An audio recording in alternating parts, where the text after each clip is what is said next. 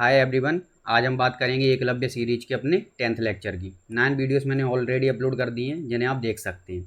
इस सीरीज में मैं सीजीएल 2025 के लिए आपको कंप्लीट बुकैब करा रहा हूँ। कंप्लीट बुकैब का मतलब कंप्लीट बुकैब, जिसमें मैं आपको पीवाईक्यूज़ की प्रैक्टिस करा रहा हूँ। ठीक है, आपको बता रहा हूँ कि पीवाईक्यूज़ को सॉल्व कैसे करते हैं, तो आपको क्वेश्चन सॉल्विंग अप्रोच भी पता चल रही है यहीं पे कि क्वेश्चन सॉल्व कैसे करते हैं। बुकैब का कोई भी क्वेश्चन आ जाए उसे सॉल्व कैसे करना है। ठीक है, इसी के साथ आपका रिवीजन भी चल रहा है, क्योंकि जो कीवर्ड्स प्रीवियस शिफ्ट में रिपीट हो रहे हैं उन्हें रिवाइज करवा रहा हूँ। ठीक है, तो आपका रिवीजन भी यहाँ से हो जाएगा। आप नए कीवर्ड्स भी सीख रहे हैं। ठीक है, तो आपको कुछ नए कीवर्ड्स भी मिल रहे हैं जिससे आपका वोकैब का पोर्शन और स्ट्रॉन्ग होता जा रहा है। तो ये सारी चीज़ें जब इस सीरीज में पूरा कंप्लीट हैं तो आपको कुछ और करने की ज़रूरत नहीं पड़ेगी। मैं बोलता हूँ आपसे कि ना तो आपको कोई एक्स्ट्रा बुक करनी पड़ेगी, ना कोई आपको पीडीएफ करनी पड़ेगी। मैं इस बात की गारंटी दे रहा हूँ आपको। ना कोई एक्स्ट्रा बुक, ना कोई पीडीएफ। आपने कहीं से भी मान लो लेक्चर्स देखे हों, आपने किसी भी बुक से पढ़ाओ, पीडीएफ से पढ़ाओ, यदि आपको अभी भी बुकैब में प्रॉब्लम आती है, आप बुकैब करते टाइम बोर हो जाते हैं या बुकैब आपको याद नहीं रहती, क्वेश्चन जब सॉल्व करते हैं तो बुकैब याद नहीं आती, क्या एंटोनिम क्या सिनोनिम, तो कैसे करना है। तो मैंने आपको बताया ये कंप्लीट सीरीज है। इसके बाहर, इसके अलावा कोई दूसरी सीरीज लेके नहीं आऊँगा मैं कि वहाँ कुछ भी एक्स्ट्रा कराना पड़े। पूरा का पूरा सिर्फ इसी एकलव्य सीरीज में। ठीक है, पूरा कंप्लीट हो जाएगा आपका बुकैब। एसएससी के किसी भी एग्जाम के लिए हो जाएगा।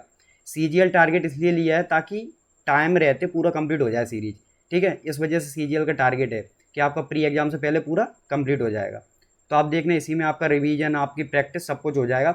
और आप इसमें अपना लेवल भी जज कर सकते हैं कि आप किस लेवल पे खड़े हैं। उस हिसाब से मैंने इसमें कलर्स डाले हुए हैं, दिखाता हूँ आपको।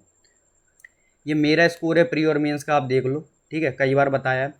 ये अपना सीजीएल का पूरा सिलेबस है बुकैब का। ठीक है, बुकैब के पोर्शन का antonym, synonym, homophones, miss spelled, EDMs, phrases. ठीक है, फ्रेजल वर्ब्स और ये वन वर्ड सब्स्टिट्यूशन। पूरे 7 के 7 पॉइंट इसी सीरीज में कवर हो रहे हैं। कुछ भी एक्स्ट्रा कहीं से नहीं करने की जरूरत पड़ेगी आपको। ठीक है, आपकी ड्यूटी मैंने बता दी, बिना नोट किए। ठीक है, यदि आपको कीवर्ड्स नहीं आ रहा, उन्हें आप नोट्स नहीं बना रहे हो, तो फ़ायदा नहीं होगा। आप यहीं पे छोड़ दो सीरीज को, कोई वैल्यू नहीं निकलेगी उसकी, कि आप बस सुन लो और हो जाएगा। और कई बार लोगों को ये भी लगता है कि जो बुकैब है ना, वो लेक्चर से कवर नहीं होती, बुक और पीडीएफ पढ़नी पड़ती है। बुक और पीडीएफ तब पढ़नी पड़ती है जब आपको सही तरीका पता हो कि पढ़ते कैसे हैं। ये नहीं कि आप किसी शब्द के 4-4, 5-5 सिनोनिम याद करने में लगे हुए हैं, उसके 2-3 एंटोनिम याद करने में लगे हों। ये नहीं करना होता। सिर्फ शब्द का हिंदी का मतलब करना होता है और आंसर निकालना होता है। कैसे, वो आपको करके दिखाऊंगा। ठीक है, तो क्वेश्चन सॉल्व करते हैं वो बताऊंगा आपको।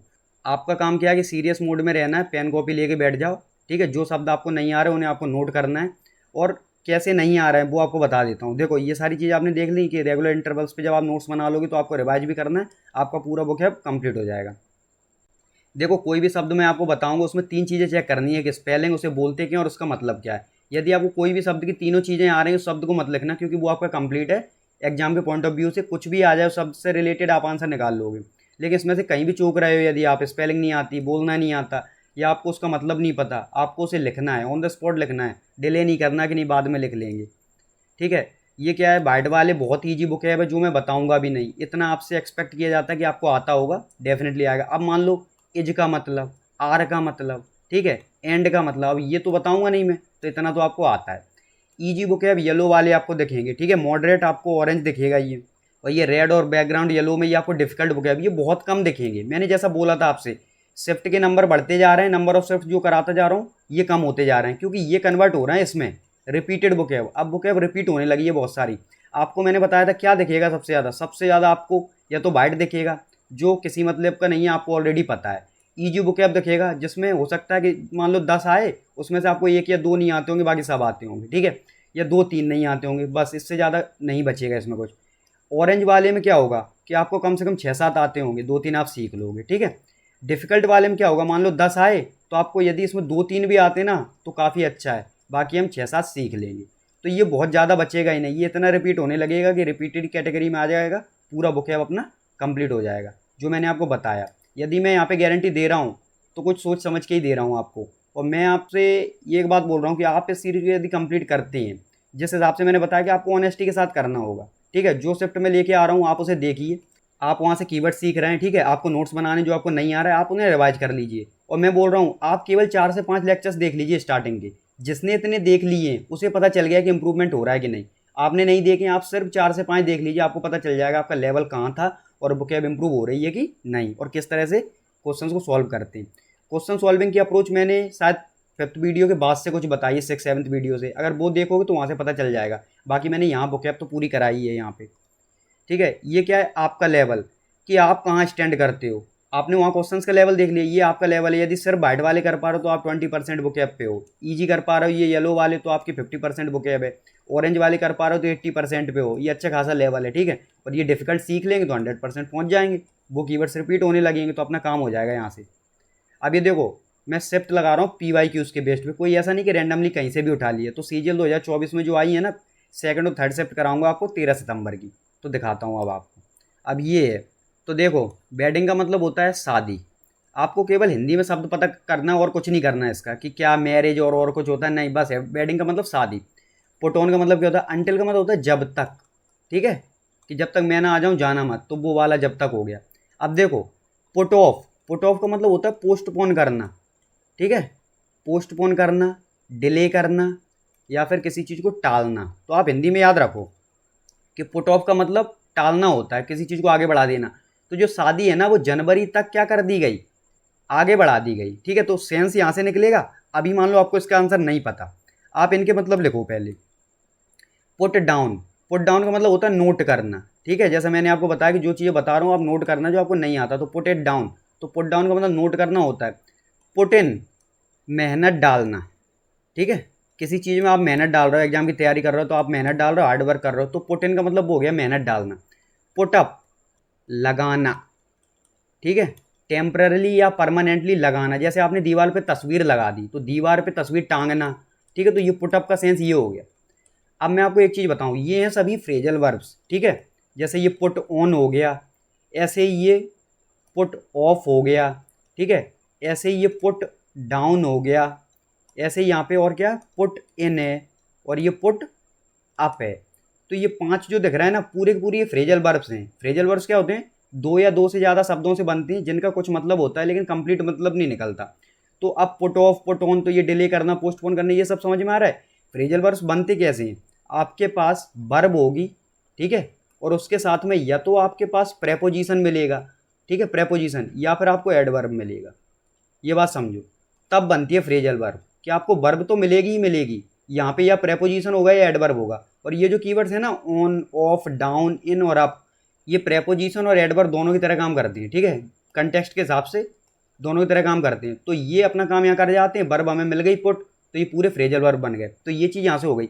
अब देखो पुट ऑन का मतलब होता है पहनना, कपड़े पहनना या कुछ, तो ये पुट ऑन हो गया। तो शादी, कपड़े पहनना जनवरी तक, तो कोई सेंस नहीं निकल रहा। यदि आपको इनके मतलब नहीं पता तो यहाँ पे कठिन हो जाएगा पुट करना। और मैं आपको बता दूँ कि यदि मैं अपने लेवल पे बताऊँ तो मुझे ये चीज़ सबसे कठिन लगती है फ्रेजल वर्ब वाली, क्योंकि ईडीएम में भी थोड़ा आइडिया लग जाता है कि ईडीएम कहाँ पे बात कर रहा है। लेकिन यहाँ पे क्या होता है, पुट तो सेम रहेगा, ऑन लगाया तो अलग मतलब, ऑफ लगाया तो अलग मतलब, इन लगाया तो अलग, डाउन लगाया तो अलग। और सबसे बड़ी बात, हम ऐसे नहीं कर सकते इसमें कि पुट मतलब रखना और ऑन मतलब ऊपर, कि ऊपर रखना, ये सेंस भी नहीं होता इसका। मतलब हम शब्दों के हिसाब से भी इसका मतलब नहीं निकाल सकते। तो इसका मतलब निकलता कैसे, इसका मतलब निकलता है कि जो कीवर्ड दिए हुए ना उन्हें ऐड करके जो मतलब बनाया गया है उसी को रटना पड़ेगा। मेरी पहली की वीडियो देखना, मैंने आपको साफ साफ बताया था कि इसमें ईडियम, ठीक है, और जो फ्रेजल वर्ब्स हैं ये ऐसी चीज़ें हैं जहाँ कोई कॉन्सेप्ट वगैरह कुछ नहीं लगता, यहाँ पे सीधा रटना पड़ता है। क्योंकि उन्होंने जो कहावतें बना दी, जिस चीज़ को जो कुछ बोलने लगे वो प्राचीन समय से वही चीज़ चली आ रही है। तो उसी तरह से पुट ऑन, पुट इन, इस तरह बना दिया, यही चीज़ हमें याद करनी पड़ेगी। तो ये इतना आसान नहीं है, आप इन 5 को रख लेना और लिख लेना अच्छे से, कि बहुत इंपॉर्टेंट है, कहीं भी पूछा जा सकता है, ठीक है।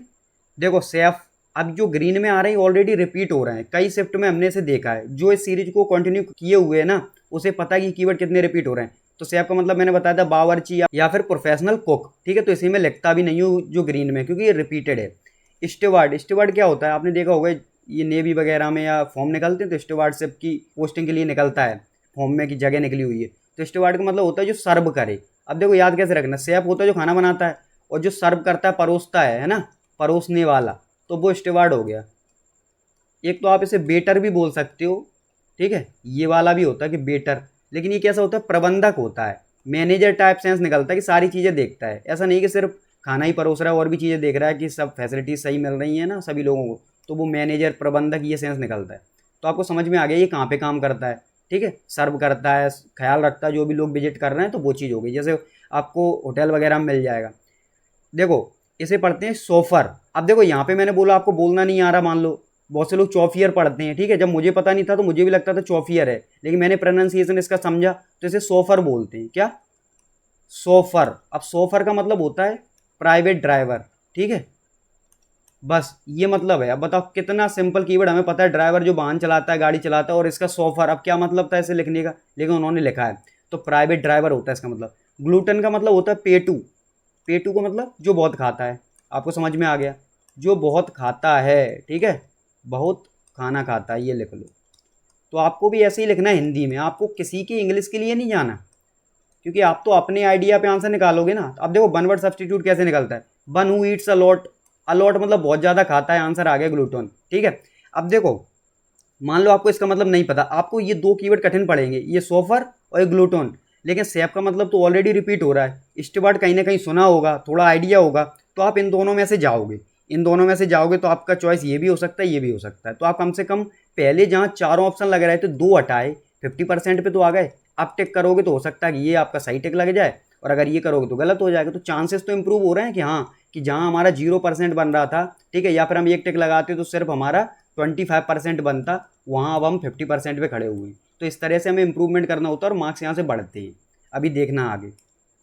अब देखो यहाँ पे भी वन वर्ड सब्सटीट्यूट है, तो ये क्या बोला, लार्ज फ्लैट एरिया है surrounded by seats used for sports और एंटरटेनमेंट, कि स्पोर्ट्स और एंटरटेनमेंट के लिए एक लार्ज एरिया और सीट्स से घिरा हुआ है, इधर उधर सीट्स हैं तो लोग देखेंगे बैठ के यहाँ पे। अब देखो सीनेट का मतलब होता है संसद, ठीक है, पार्लियामेंट, या फिर आप राज्यसभा इस तरह सोच सकते हो। अमेरिका की जो अमेरिका का उच्च सदन है ना, राज्यसभा, जैसे हमारे यहाँ राज्यसभा, उसे सीनेट बोलते हैं।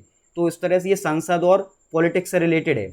डिपार्टमेंट का मतलब हो गया विभाग, ठीक है। ये कीवर्ड्स आपको पता होंगे, डिपार्टमेंट कई बार सुना होगा, क्यों लिख रहा हूँ, सिर्फ एक बार आइडिया दे दे रहा हूँ ताकि वो चीज़ें रिफ्रेश हो जाएं, अगर रिवीजन करना है तो रिवाइज हो जाए, बाकी दोबारा आएगा तो बताऊंगा भी नहीं। गार्डन का मतलब बगीचा। एरिना, एरिना का मतलब होता है मंच, ठीक है, एरिना का मतलब होता है स्थान जहाँ पे कोई प्रोग्राम वगैरह हो रहा है। तो ये चीज़ हो गई। तो आप देखो जो बॉक्सिंग होती है ना वो रिंग में होती है, और जो रेसलिंग होती है ना वो एरिना में होती है। आपने WWE सुना होगा, देखा भी होगा कई लोगों ने। तो ये जो WWE, रोमन रेंस वगैरह, जॉन सीना, ठीक है, तो ये जो करते हैं ना, आसपास दर्शक बैठे रहते हैं जो देखते हैं, वो पूरा एरिना है रेसलिंग का, तो रेसलिंग एरिना में होती है। तो ये हो गया, अब कोई स्पोर्ट्स तो है ही, वो एंटरटेनमेंट के लिए हो रहा है। और देखो सीट से घिरा हुआ है, तो सराउंडेड का मतलब होता है चारों तरफ से घिरा हुआ, ठीक है, सराउंडेड, चारों तरफ से घिरा हुआ, ये चीज़ होती है। तो ये चीज़ आपको पता चल गई। अब यहीं से मैं आपको बना दूं एक शब्द सराउंडिंग, देखना है इसे ध्यान से। सराउंडिंग, सराउंडिंग का मतलब होता है आपके आसपास का पर्यावरण या आसपास का वातावरण। हम जहाँ रह रहे हैं आसपास लोग रहते हैं, लोकेलिटी है, तो सराउंडिंग को बोलते हैं, जो हमारा आसपास का वातावरण है उसे सराउंडिंग बोलते हैं। और एनवायरनमेंट हमारा पर्यावरण हो गया, जिसमें और भी चीज़ें शामिल कर ली। तो ये चीज़ है। सराउंड का मतलब क्या होता है, चारों तरफ से घिरा हुआ, वो भी सेम, और यहाँ ईडी लगा दिया तो सराउंडेड हो गया। लेकिन मेन अपना जो रूट वर्ड मैंने बताया आपको, फोकस रूट वर्ड पे करना होता है, जैसे सराउंड, ठीक है, कहीं ईडी लगेगा कहीं आईएनजी लगेगा, वो उतना मैटर नहीं करता, लेकिन जहां चेंज होगा ईडी और आईएनजी लगने से वहां मैं बता दूंगा आपको। अब आपको ये सब समझ में आ गया, विभाग और ये सब, तो आपको आंसर आपको ही मिल गया होगा कि सीनेट का मतलब एक अलग ही निकल रहा है। आप डिपार्टमेंट और गार्डन तो वैसे भी नहीं लगाओगे, आपको एरिना में और सीनेट में डाउट होगा, तो आपने एरिना सुना होगा, एरिना कोई बड़ी जगह होती है ऐसे करके, और याद आ गया जैसे रेसलिंग एरिना कुछ, तो आंसर टिक कर देगा, ये हो गया आंसर अपना, ठीक है। तो इतना आसान होता है वन वर्ड सब्सटीट्यूट के आंसर देना है। कुछ भी आपको करना क्या है, जैसे ये क्वेश्चन आया, लार्ज फ्लैट एरिया है, घेरा हुआ सीट से, आप इसे पढ़ो और उसका हिंदी मतलब समझो। अब फ्रेंड्स ये बताना मुझे कि आप इसमें हिंदी का मतलब समझोगे कैसे। अगर आप सिर्फ उन्हीं बुकैब पे ध्यान देते रहोगे जो बुकैब एंटोनिम्स उन्होंने में पूछ ली उन्होंने, आप ऑप्शन भी नहीं देखते, सिर्फ उसका जो आंसर हुआ वो देख लिया, जो मेन क्वेश्चन पूछा वो देख लिया, बाकी सब छोड़ दिया, तो आप इन चीज़ों की हिंदी कैसे बना पाओगे। इसीलिए मैं आपको ओवरऑल करा रहा हूँ, और मैं एक बार नहीं 100 बार बोलूँगा कि गारंटी मतलब गारंटी एसएससी के एग्जाम की, ठीक है, चाहे सीजीएल हो, सीपीयू, जो एग्जाम आप एसएससी से जुड़ा हुआ है, ठीक है, रेलवे, एनटीपीसी वगैरह कुछ भी, उसकी बुकैब को मजाक बना देंगे। क्या बना देंगे? मजाक। कुछ भी पूछ लें बाहर नहीं जाएगा इससे, ये चीज़ बता रहा हूँ आपको, ठीक है। तो ये है बुकैब। अब वो कहीं से भी कीवर्ड उठा के ले आए तो इसका मतलब ये नहीं है उसके बेस पे हम ये बोलने लगे कि ये कहाँ से आ गया, तो वो सबके लिए कठिन होने वाला है। तो वो सबके लिए कठिन है तो हमें उससे कोई प्रॉब्लम नहीं, किसी से नहीं बनने वाला, हमसे भी नहीं बन रहा, बराबर पे खड़े हुए हैं, कम्पिटिटिव एग्जाम है, तो उससे प्रॉब्लम भी नहीं आएगी कट ऑफ में। लेकिन जो सबसे बन रहा है या जो कुछ लोगों से बन रहा है, जो अच्छा खासा पढ़ रहे हैं उनसे बन रहे हैं, वो शब्द हमसे भी बनने चाहिए। उसके लिए ये है कि अगर इस लाइन में भी मुझे कोई कीवर्ड इंपॉर्टेंट लगता है तो वो मैं छोड़ता नहीं हूँ, ठीक है। अभी एंटरटेनमेंट, स्पोर्ट्स, उम्मीद करता हूँ आपने सुना है, आपको आइडिया है, इस वजह से छोड़ा है ताकि कुछ आपके लिए भी छोड़ दूँ, वरना ये सब कुछ मैं फिर ग्रीन में, रेड में, येलो में, ये सी में मार्क कर दूंगा तो फिर आपके लेवल का कुछ नहीं बचेगा कि आप स्टार्टिंग कर पाओ या आपको पता चले कि हाँ ये बेसिक चीज़ें हमें भी आनी चाहिए, इस वजह से।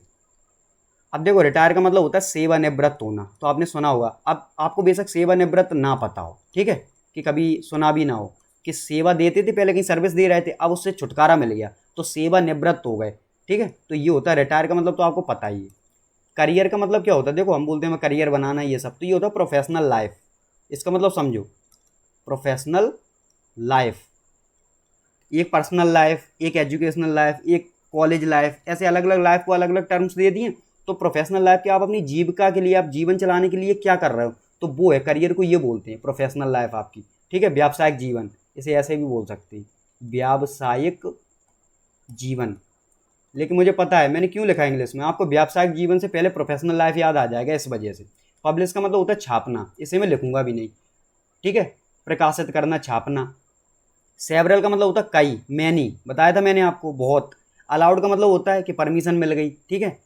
ऑडियंस का मतलब, देखो ऑडियंस, ध्यान देना, ऑडियंस का मतलब दोनों होता है। हमें ये लगता है ऑडियंस का मतलब होता है सुनने वाला, ऑडियंस का मतलब होता है श्रोता भी होता है और दर्शक भी होता है। क्रिकेट मैच देखने आए हैं ना, तो वो भी ऑडियंस हैं। और किसी का कॉन्सर्ट है, किसी का म्यूजिक इवेंट कुछ हो रहा है, उसे सुनने आए हैं तो वो श्रोता हो गए, ठीक है। इनसाइट्स का मतलब होता है नज़रिया, कि आपका क्या नज़रिया है इस चीज़ में, ठीक है। आपके वैल्यूएबल पॉइंट्स क्या हैं, तो ये पॉजिटिव वर्ड है, वैल्यूएबल पॉइंट्स।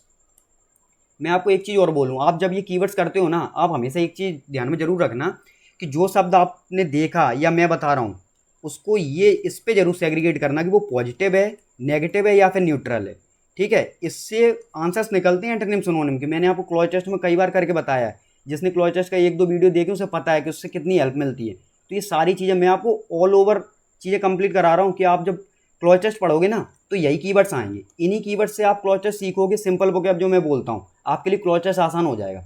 फिर आप मेंस में जाओगे, आपको वहीं पे क्या मिलेगा, आपको पैसेज मिलेगा, अनसीन पैसेज, तो वो चीज़ आपके लिए आसान हो जाएगी। तो फिर बाद में ये ना हो कि हम वोकैब पढ़ के आ गए, केवल हमारे वोकैब के क्वेश्चन सॉल्व हो रहे हैं, कॉम्प्रिहेंशन का जो पार्ट हो रहा है मैं आ ही नहीं रहा। आपको मैं तैयार कर रहा हूँ पूरे सभी चीज़ों के लिए, ठीक है। इसलिए मैं ये लाइन में भी जो कीवर्ड्स मिलते हैं वो भी करा रहा हूँ। तो ये आपका हो गया शेयर। अब देखो शेयर यहाँ पे लिख देता हूँ। तो शेयर का मतलब एक तो होता है हिस्सा, आपको पता है, ठीक है। एक शेयर का मतलब क्या होता है, बंटवारा करना, ठीक है, या बांटना, कोई चीज़ आपस में बांट लेना, तो वो शेयर हो गया, एक हिस्सा हो गया। एक शेयर क्या होता है, आपने शेयर मार्केट सुना होगा, तो वो शेयर हो गया कि आप शेयर मार्केट में शेयर्स खरीद लो। तो बस आपको आइडिया है कि हाँ शेयर का ये मतलब होते हैं, शेयर मार्केट वाला शेयर हो गया एक, एक बंटवारा करने वाला, और एक हिस्सा, और ये सब। अब तो इसमें कुछ बचा नहीं। बताना क्या था, ग्रामेटिकल एरर। ये ग्रामर की जो सीरीज चला रहा हूँ, अब स्टार्ट करने वाला हूँ, उसमें आपको ये सारी चीज़ें करा दूंगा, ठीक है। तो वो वहाँ पे हम देखेंगे। अभी टोटल फोकस किस पे, वोकैब पे। अब यहाँ पे क्या बताना, पैसिव वॉइस, तो इसका आंसर तो देख लेंगे, और उसमें कोई भी कीवर्ड है ही नहीं बताने लायक, चिल्ड्रन बॉक्स, ये सब आपको आता है। तो ये देखो, जब है ही नहीं कुछ तो आगे बढ़ जाओ, कुछ नोट नहीं करना।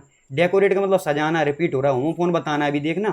कैंडल्स, अब कैंडल का मतलब होता है मोमबत्तियाँ, आपको पता है, मुझे पता है, ये लिखना भी नहीं है मुझे, बस एक बार चीज़ों को रिफ्रेश करने के लिए लिख रहा हूँ कि कैंडल्स का मतलब मोमबत्तियाँ।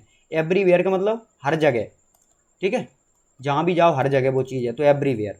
अब आपको क्या पता, होमोफोन बताना है, तो यहाँ पे क्या फिल किया जाएगा, आप तब तक यहाँ आंसर नहीं निकाल पाओगे फ्रेंड जब तक आप इसे पढ़ के समझ नहीं लोगे। इसलिए मैं बोल रहा हूँ बुक बहुत इंपॉर्टेंट है, एक एक कीवर्ड इंपॉर्टेंट है जो इस लाइन में आ रहा है, कहीं भी आ रहा है। आपके 25 क्वेश्चन जो करा रहा हूँ कहीं भी आ रहा है, आप बुक को ऐसे मत देखो कि सिर्फ एंटोनिम सिनोनिम। आप आई होप आपको समझ में आ रहा होगा मैं क्या कहना चाह रहा हूँ, कि आप इन चीज़ों पे फोकस करो। आपको यदि एवरीवेयर का मतलब नहीं पता, मान लो कैंडल्स का नहीं पता, डेकोरेट का नहीं पता, आप इसका हिंदी सेंस नहीं बना पाओगे।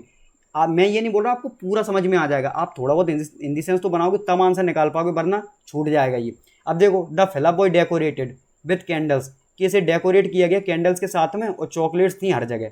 अब किस चीज़ को सजाया जाएगा, फ्लोर को सजाया जाएगा, कि ये फ्लोर तो कोई स्पेलिंग है ही नहीं, ये फ्लावर, फूलों को सजाया जाएगा। फ्लोर मतलब ये फ्लोर होता है, फ्लोर का मतलब आटा, ठीक है, और ये फ्लोर होता है आपका फर्श, तो आटे को सजाओगे कि फर्श को, तो फर्श को सजाओगे, ये आंसर हो गया अपना। तो ये होमोफोन यहाँ पे निकल के आ गया कि ये यहाँ पे फिट हो रहा है, ये इस तरह से करना होता है। रीजन का मतलब कारण, अटेंड का मतलब है कोई चीज़ वहाँ पे शामिल होना, मौजूद होना, मीटिंग का मतलब बैठक होना, सम्मेलन होना, टुमारो का मतलब आने वाला कल, ये लो। ठीक है, कनेक्ट का मतलब लिंक होना, जुड़ना। डिजाइन का मतलब कढ़ाई, मैंने बताया था सूट पे कोई कढ़ाई कर दी तो वो डिजाइन हो गई। या डिजाइन का मतलब होता है कि आपका मान लो कोई तरीका भी हो गया कि मैं इस तरह से ये करता हूँ तो मेरी डिजाइन ये है, मेरा अप्रोच ये है, तो वो भी हो गई। तो डिजाइन की ये सेंस निकलती है।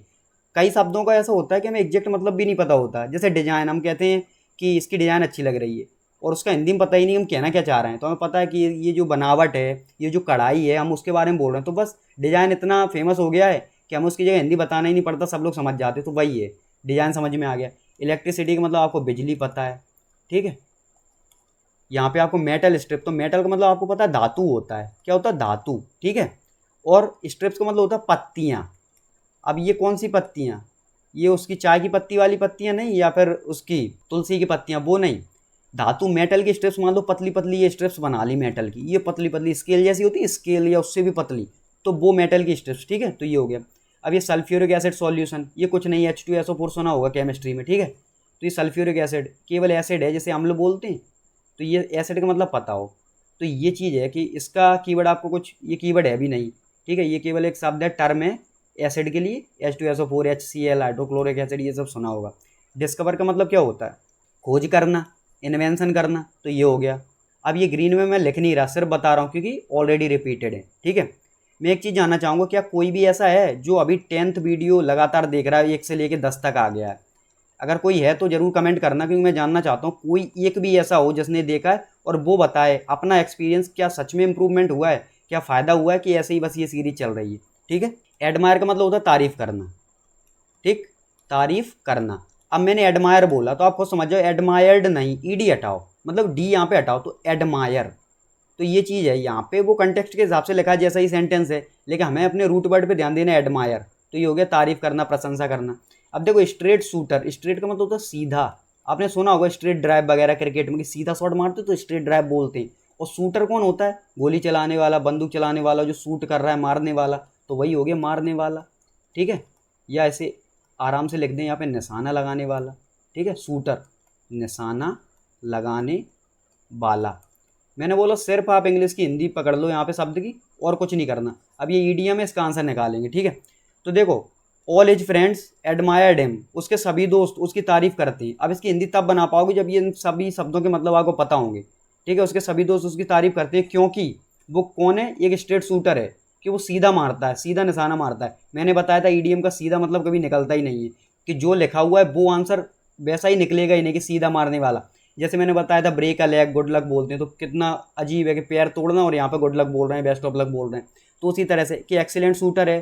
कॉम्प्लिकेट मतलब होता है कठिन। ठीक है, कॉम्प्लिकेट ये मैंने लिख दिया गलती से, कॉम्प्लिकेट का मतलब कठिन हो गया, कॉम्प्लेक्स करना चाहिए, कन्फ्यूजिंग असमंजस में डालना। ठीक है, थोरोली, ये अच्छे से देख लो। देखो यहाँ पे मैं बताता हूँ आपको, आंसर तो अभी निकालेंगे। आपने सुना होगा थोरो, आपने थोरो सुना हो शायद, कि इस चीज़ की आप थोरो अंडरस्टैंडिंग ले लो। थोरो अंडरस्टैंडिंग मतलब पूरी जानकारी ले लो, संपूर्ण, कुछ छोड़ो मत, आप उसे होलिस्टिकली कवर कर लो, कॉम्प्रिहेंसिवली कवर कर लो। तो ये होता है, तो थोरोली का मतलब होता है पूरी तरह से। ठीक है, तो ये थोरो का मतलब पता चल गया, तो आप उसी से थोरोली बनाए, तो इसका मतलब संपूर्ण, इसका मतलब संपूर्ण तरीके से। अपराइट का मतलब क्या होता है? तो यहाँ पे देख लो, तो अपराइट का मतलब होता है एक तो सीधा। ठीक है, सीधा। एक अपराइट का मतलब होता है ऑनेस्ट, ईमानदार। ठीक है, जो सच्चा है, ईमानदार है, अपराइट। स्ट्रेट फॉरवर्ड का मतलब क्या होता है? जो स्पष्टतावादी है, स्पष्टतावादी, जो घुमा फिरा के बात नहीं करता, स्पष्ट बातें करता है, स्पष्ट सुनना पसंद है, फालतू की बातें नहीं, ऐसा पर्सन। अब देखो यहाँ पे ये लिखा हुआ है, पेसिमिस्टिक लिखा हुआ है, इंडिविजुअल लिखा हुआ है। तो देखो मैं आपको यहाँ से कुछ चीज़ें समझाता हूँ। एक होता है MISER, इसे बोलते हैं माइजर। ठीक है, एक होता है MISERLY, ठीक है, माइजरली। ठीक है, एक होता है मिजरेबल, इसे पढ़ते हैं मिजरेबल। और MISERY, इसे पढ़ते हैं मिजरी। अब देखो चार शब्द यहाँ पे देखना। माइजर का मतलब होता है कंजूस, जरा ध्यान दो इस पे, कंजूस। ठीक है, जो पैसे खर्च नहीं करना चाहता। माइजरली इसी से बना हुआ है, तो ये भी कंजूसी भरा। ठीक है, कंजूस से बना, कंजूसी भरा वाला एटीट्यूड, की बिल्कुल मन में कंजूसी वाला एटीट्यूड है कि हमें पैसा खर्च ही नहीं करना, तो माइजरली वो हो गया। मिजरेबल, मिजरेबल का मतलब होता है दुख, ठीक है, या कष्ट की स्थिति, मिजरेबल, ठीक है। तो ये हो गया दुख या कष्ट की स्थिति, तो मिजरेबल हो गया। और मिजरी क्या होता है, इसका मतलब होता है दुख या कष्ट। तो ये देख लो आप, तो ये चीज़ें हैं, कितनी चीज़ें बन गई। माइजर का मतलब कंजूस, माइजरली का मतलब कंजूस ही भरा। मिजरेबल का मतलब दुख या कष्ट की स्थिति, दयनीय स्थिति, ये मिजरेबल, ठीक है। और ये जो मिजरी, जिसे मिजरी बोलते हैं, ये दुख और कष्ट। तो ये 4 शब्द यहाँ से सीख गए आप, और ये रिपीट हो रहा है, फिर से बता दिया आपको अच्छे से। पेसिमिस्टिक, तो एक होता है ऑप्टिमिस्टिक, एक पेसिमिस्टिक। तो यहाँ पे देखो ऑप्टिमिस्टिक, तो यहाँ पे ये भी शब्द समझा दे रहा हूँ आपको, कई बार मिलेगा। ऑप्टिमिस्टिक का मतलब होता है आशावादी। आशावादी मतलब जिसे उम्मीद रहती है चीज़ों की, वो पॉजिटिव सोचता है कि नहीं अच्छा होगा, एग्जाम की तैयारी कर रहे हैं, सिलेक्शन भी होगा, तो वो ऑप्टिमिस्टिक व्यक्ति हो गया। पेसिमिस्टिक हो गया निराशावादी, जो हमेशा नेगेटिव सोचता है, कितना भी पढ़ दो सिलेक्शन होगा ही नहीं, कट ऑफ बहुत हाई जाएगी, हमारा कैसे होगा, दूसरों को हो जाएगा। तो ये निराशावादी हो गया, तो ये पेसिमिस्टिक हो गया। तो ये कीवर्ड बहुत इंपॉर्टेंट है, ठीक है, लेकिन ये आसान कीवर्ड हैं, कठिन लग सकते हैं कई लोगों को, लेकिन ये इतनी बार आए हैं कि आसान हो गए। इंडिविजुअल का मतलब समझ लो, एक व्यक्ति।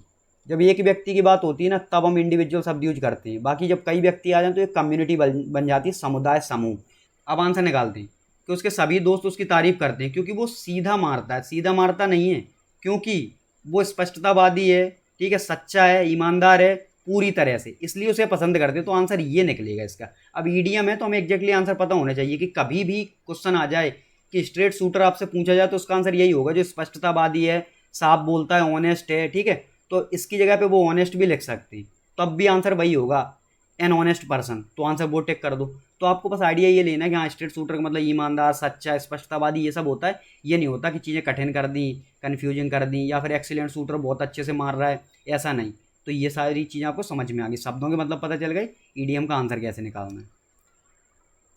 देखो मैंने आपको पहले ही बताया है, फिर से बोल रहा हूँ, ईडीएम को निकालना उतना आसान नहीं है, क्योंकि ईडीएम का आपको पता नहीं होगा तब तक चीज़ें कठिन हो जाएंगी। बस आप यहाँ सेंस निकाल सकते हो इतना कि सीधा आंसर इसका आएगा नहीं, एक्सीलेंट शूटर, ठीक है। चीज़ें ये कठिन कर रहे हैं। स्ट्रेट शूटर ऐसा होता है जो सीधा निशाना लगाए तो कुछ अच्छी बात कह रहे हैं कि हाँ वो चूक नहीं रहा निशाना लगाने, तो कुछ पॉजिटिव आएगा। यहाँ से ये नेगेटिव कर रहे हैं, कन्फ्यूजिंग पर्सन, ये सब, तो इसे हटा सकते हैं एक बार। ये सीधा आंसर हो नहीं सकता तो हम इसे भी हटा सकते हैं। ये भी नेगेटिव जा रहा है, इसे भी इसे हटा सकते हैं। एक ही पॉजिटिव बचा तो ये आंसर हो सकता है। तो इस तरह से पॉजिटिव नेगेटिव किस तरह से गेम करता है वो चीज़ समझा रहा हूँ। ये प्रैक्टिस से आता है, आपको समझा रहा हूँ, आप सीखते जाओ, आंसर्स निकालने लगोगे। अब देखो इनकरेक्टली बताना है, तो इनकरेक्टली में आंसर इसका ये वाला गलत है, ठीक है। लिखना है इसे टेंजिबल, तो ये कीवर्ड है इसकी। अब इसे अच्छे से देखना है, टेंजिबल। तो टेंजिबल का मतलब वो होता है जिसकी फिजिकल एग्जिस्टेंस हो। देखो इसका क्या समझाना चाह रहा हूँ, जो फिजिकली एग्जिस्ट करता हो या फिर जिसकी फिजिकल एग्जिस्टेंस हो। कोई भी चीज़ है, मैं हूँ, आप हो, फिजिकली एग्जिस्ट करते हैं लोग, एक दूसरे को देख सकते हैं, पहचान सकते हैं, टच कर सकते हैं, तो वो हो गई टेंजिबल चीज़ें जिन्हें हम टच कर सकते हैं, किताब है, लैपटॉप है, कुछ भी है। लेकिन वहीं दूसरी चीज़ें आती हैं इंटेंजिबल, ठीक है, ये कीवर्ड भी इंपॉर्टेंट है। अब इससे यही बना है, तो इंटेंजिबल जिन चीज़ों को हम छू नहीं सकते, जैसे आइडियाज़ हैं, ठीक है, कि मुझे एक आइडिया आया, जैसे ओपिनियन है, इन्हें केवल हम बता सकते हैं, छू तो सकते नहीं है कि हमें दिख रहे हों। तो आइडियाज़, ओपिनियन, इस तरह की चीज़ें, जो चीज़ें एब्स्ट्रैक्ट हैं, ठीक है, जो भाववाचक हैं। तो आपको समझ में आ गया एब्स्ट्रैक्ट नाउन, ये सब जो एब्स्ट्रैक्ट चीज़ें जो दिखती नहीं हैं, वो चीज़ें कहाँ, जैसे फीलिंग्स हैं, तो फीलिंग्स देख थोड़ी ना रही हैं, ये तो केवल अंदर हैं।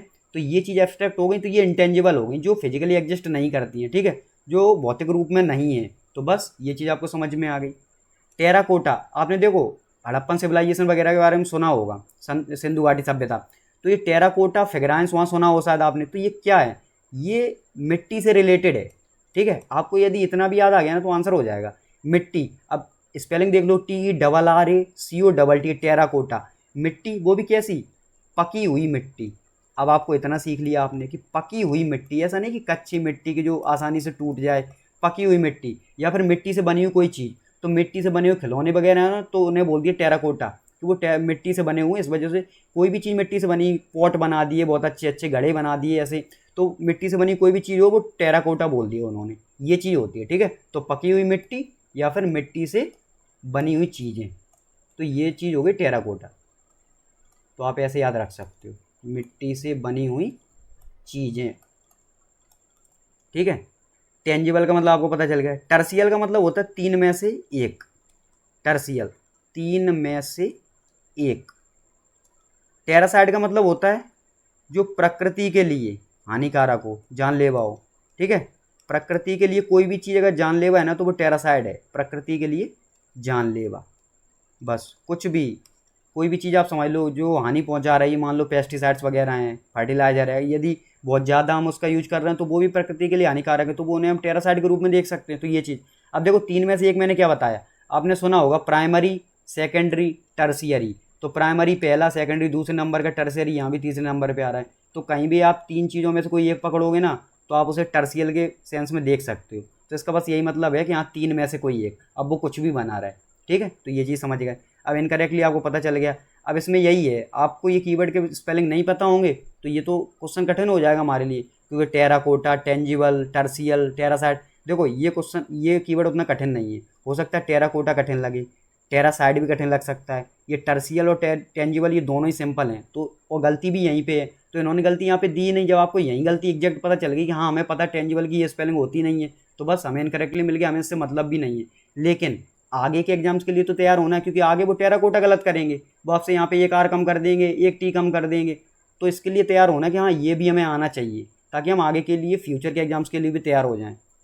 क्योंकि टेंजिबल तो पूछ लिया उन्होंने, अब टेराकोटा, टेरासाइड, टर्सियल ये पूछेंगे आपसे। अब देखो एंटोनिम बताना है किसका, हैप्पी का। आंसर आ गया सैड। क्या बताना है इसमें, जॉयफुल जो बहुत खुश है, ठीक है, आनंदित है, खुश है, एक्साइटेड जो उत्साहित है, खुश है, सैड जो दुखी है, और अपबीट का मतलब भी होता है कि बहुत खुश होना, आनंदित होना, ठीक है। तो इसका मतलब भी यही होता है, आनंदित होना, एक्साइटेड होना, ये हो गया। तो आपको एंटोनिम बताना था, ये हो गया अपना सैड। अपबीट का एक मतलब और लिख सकते हो आप यहाँ पे, उत्साहित होना, ठीक है, कि बहुत ज़्यादा उत्साहित हैं, बहुत ज़्यादा एनर्जेटिक फील कर रहे हैं, तो वो चीज़ हो गई अपबीट। अब ये देखो ऑर्गेनाइजिंग, तो ऑर्गेनाइज करना क्या होता है, किसी चीज़ का आयोजन करना, ठीक है, आयोजन करना। अब मैं ये आईएनजी और उसके सेंस में नहीं देख रहा, मैं देख रहा हूँ इसे इस तरह से, ऑर्गेनाइज, ठीक है, यहाँ तक। बाकी आईएनजी वगैरह तो हम सीख लेंगे। कॉन्सर्ट, चैरिटी, चैरिटी का मतलब होता है दान करना, ठीक है, ये तो आपने सुना ही होगा, दान करना, परोपकार करना। अब देखो कॉन्सर्ट के बारे में मैंने आपको दो चीज़ें सिखाई थी, एक तो ये कॉन्सर्ट हो गया CONCERT, एक हो गया CONSORT। ये कॉन्सर्ट होता है संगी, साथी, दोस्त, फ्रेंड, ठीक है, साथ रहने वाला, साथ चलने वाला, तो ये हो गया इसके लिए। ये कॉन्सर्ट हो गया आपका म्यूजिक इवेंट, ठीक है, जो मैंने आपको बताया था कि कोई म्यूजिक इवेंट हो रहा है, संगीत समारोह हो रहा है, उसके लिए ये होता है। तो दोनों याद रखना, कहीं भी होमोफोन्स में आ जाएगा तो गलती हो जाएगी। यहाँ पैसे बॉयस निकालना, जो हम अपनी ग्रामर की सीरीज में देखेंगे। देखो बंस, ये बंस होता है एक बार, ठीक है, बंस अपॉन अ टाइम, एक बार की बात है, इस तरह की चीज़ें। ईडियम निकालना है। बंस इन अ ब्लू मून आपको पहले ही बताया, ये मैंने सीधा आपको बताया, ये पूरा ही रिपीट हो रहा है, इसका मतलब होता है ईद का चांद होना, ठीक है, ईद का चांद होना। आपको बस हिंदी में अगर पता हो ना कि इसका मतलब ये होता है ईद का चांद होना, कि बहुत कम दिख रहे हैं, तो नॉट वेरी ऑफन, तो इसका मतलब यही है। देखो ऑफन का मतलब पहले जान लो, अक्सर, ये पहले ही सिखा चुका हूँ। अगर आपको इन सिंपल कीवर्ड के मतलब पता नहीं होंगे ना, आंसर नहीं आएगा, ठीक है। तो अक्सर, अब अक्सर का मतलब है जो बार बार मिलता है, कई बार मिलता है, अक्सर मिलता है, अक्सर का मतलब ये होता है। लेकिन यहाँ पे लिखा नॉट वेरी ऑफन, जो बार बार नहीं मिलता, जो अक्सर नहीं मिलता, बहुत टाइम बाद मिलता, तो आंसर यही होगा, क्योंकि ईद का चांद होना भी यही होता है, ठीक है। तो बंस इन अ ब्लू मून यही हो गया। मंथली जो महीने में मिल जाए, वीकली जो सप्ताह में मिल जाए, वेरी ऑफन जो मिलता ही रहता है, तो ये तो सब गलत हो गया, हमें तो ये आंसर निकालना है, ये हो गया आंसर। अब यहाँ पे एक चीज़ और सिखाना चाह रहा हूँ, एक होता है ONES, एक होता है ONCE। इस बंस का मतलब बे और बो, ये भी निकलता है, ठीक है। और जैसे मैं बोलूँ कि वाइट वाली बुक नहीं चाहिए, जो रेड वंस हैं वो दो। रेड वंस मतलब कई बुक हैं रेड वाली, तो रेड वंस उनमें से कोई एक उठा के दे दो हमें, तो ये हैं। तो इस तरह से वंस, तो ये प्रोनाउन की तरह यूज होता है, ठीक है। तो ये आपको एक थोड़ा आइडिया रहे कि हाँ इस तरह से कई ये वंस गलती करवा देंगे एरर में, ये वाला वंस दे दिया, यूज ये होना था, या ये दे दिया। और ये वंस होता है एक बार, इसका मतलब मैंने बता दिया, इसका मतलब होता है एक बार, ठीक है। तो ये कैसे यूज होता है, ये आपको नाउन के रूप में भी मिल जाएगा, ठीक है, एडवर्ब के रूप में भी मिल जाएगा, कंजंक्शन के रूप में भी मिल जाएगा। अभी हमें इसमें इतना इन डेप्थ नहीं जाना कि हम ग्रामर पढ़ने लग गए, लेकिन आपको आइडिया हो गया कि हाँ ये दोनों अलग होते हैं, इसका मतलब एक बार होता है, इसका मतलब बे या फिर वो होता है। बस इतना याद रखना, बाकी हम देखेंगे जब हम ग्रामर को अच्छे से कंप्लीट करेंगे। तो इसका ईडीएम का आंसर भी आपको मिल गया। तो आपको जब तक ये नहीं पता होंगे, कीवर्ड्स नहीं पता होंगे, आंसर निकालना मुश्किल हो जाएगा। मैं आपको एक चीज़ बताऊँ, जो आपका ग्रामर का पोर्सन है ना, एसएससी के एग्जाम का या किसी का रेलवे वगैरह का, उसमें बुकैब का बहुत ज़्यादा इंपॉर्टेंस है, ठीक है। बुकैब से आपका पूरा कॉम्प्रिहेंशन तैयार हो रहा है, वहाँ पे आप थोड़ा बहुत ग्रामर यूज करते हो और आपका कॉम्प्रिहेंशन तैयार हो जाता है। बुकैब तो पूरी आती ही है, ग्रामर में भी जो क्वेश्चंस पूछे जा रहे हैं, यदि वोकैब आपको पता है तो आप उसका हिंदी सेंस निकाल लोगे, उससे आप एक आइडिया लगा सकते हो कि यहाँ पे क्या ऑप्शन में से रखा जा सकता है। तो वहाँ से भी आपके 2-3 क्वेश्चन सही हो सकते हैं। टोटल 5-6 क्वेश्चन आते हैं ग्रामर के 25 में से, उसमें से 2-3 क्वेश्चन अगर ऐसे सही होने लगे तब भी इंप्रूवमेंट हुआ कि नहीं, बाकी हम सीख लेंगे। तो ये चीज़ है, वोकैब बहुत ज़्यादा इंपॉर्टेंट है, लेकिन हम उतनी वैल्यू देते नहीं, हम केवल एंटोनिम सिनोनिम रटने में लगे हुए हैं, वन वर्ड रट रहे हैं, ईडीएम रट रहे हैं, बस यहीं से हम सोच रहे हैं बस हो गया वोकैब, और ये पता नहीं एक्चुअल में ये कितना इंपॉर्टेंट है, कहाँ कहाँ यूज है इसका। कॉन्टिन्यूस का मतलब होता है लगातार, ठीक है। वीक, अब देखो ये मैंने क्यों लिखा, तो ये देख लो ध्यान से, WEE और WEAK, इसका मतलब होता है कमज़ोर, ठीक है। ये वो वाला वीक है, और ये वीक है सप्ताह वाला, जो आपको पता है, पता तो सबको है, लेकिन ये भूल जाते हैं यहाँ डबल ई है, यहाँ पे ई और ए है, यहाँ वो गलती करा देंगे, ठीक है। ये वाला दे देंगे एरर में और गलती हो जाएगी हमसे, तो इस पर ध्यान देना जरा। ड्यूरिंग का मतलब के दौरान, प्रीवियस मतलब पिछला, ठीक, कोई भी पिछली बात या कोई भी पिछली चीज़, प्रीवियस डे, प्रीवियस एग्जाम, कुछ भी, या प्रीवियस ईयर हम बोलते हैं, पिछले सालों के जो पेपर हैं। अब एंटोनिम बताना है, तो देखो फेल का एंटोनिम क्या होगा, पास, आंसर मिल गया सीधा, तो इतने आसान शब्द भी आते हैं। फ्लॉप का मतलब क्या होता है, असफल होना, ठीक है, कोई मूवी नहीं चली, असफल हो गई, तो ये फेल हो गई, ठीक है, ये इसका फ्लॉप का मतलब फेल होना भी होता है। तो ये इसका अगर सिनोनिम पूछते तो ये हो जाता। फिजल का मतलब क्या होता है, ये फिजल ये, और फ्लंक, तो फ्लंक का मतलब भी होता है फेल होना, ठीक है, ये भी यही है। तो ये फ्लंक्ड नहीं बोल रहा है, ये मैं फ्लंक बोल रहा हूँ, FLUNK, ईडी वगैरह लगा हुआ है क्योंकि यहाँ पे ईडी लगा, इस वजह से ये आंसर दे रहे हैं। ऐसे ही फिजल, तो FIZZL ही है ये, ठीक है। फिजल का मतलब क्या होता है, कोई चीज़ फिजल आउट हो गई, फिजल आउट का मतलब होता है धीरे धीरे, ठीक है, धीरे धीरे कम होना। अब ये नेगेटिव वर्ड है, ठीक है, कैसा वर्ड है, नेगेटिव वर्ड, कोई चीज़ जो उसका मान लो किसी चीज़ का इफेक्ट था, किसी व्यक्ति का वर्चस्व था, ठीक है, पहचान थी, वो धीमे धीमे कम हो रही है। किसी की पॉपुलैरिटी थी, ठीक है, बहुत ज़्यादा पॉपुलर था लोगों में, धीमे धीमे पॉपुलैरिटी कम हो रही है, तो वही चीज़ बता रहे हैं। तो ये फिजल आउट, कि उसकी पॉपुलैरिटी फिजल आउट हो रही है, तो ये चीज़ हो गई। फ्लंक आपको पता चल गया, फ्लॉप, पास, ये सब तो पता ही है। अब यहाँ पे सिनोनिम बताना है। सेलिब्रेट का मतलब होता है उत्सव मनाना, ठीक है, उत्सव मनाना, कोई अच्छा काम है, ठीक है, सेलिब्रेशन हो गया, सिलेक्शन हो गया, कुछ भी, तो उत्सव मनाना हो गया, मनोरंजन करना, कुछ भी। रिजॉइस का मतलब क्या हो गया, खुश, आनंदित, ये आपको पता है कि खुश हैं, आनंदित हैं, ये तो पता है, जॉय से बना है ना, रीजॉइस, वही तो ऐसे याद रख सकते हैं, आनंदित होना, तो ये चीज़ है। अब यहाँ पे ये बताऊँगा आपको, डोंट, अस्योर, और ये अस्योर बोलते हैं इसे, ठीक है। तो अस्योर का मतलब होता है दिलासा देना, ठीक है, ठीक है, दिलासा देना या फिर भरोसा दिलाना।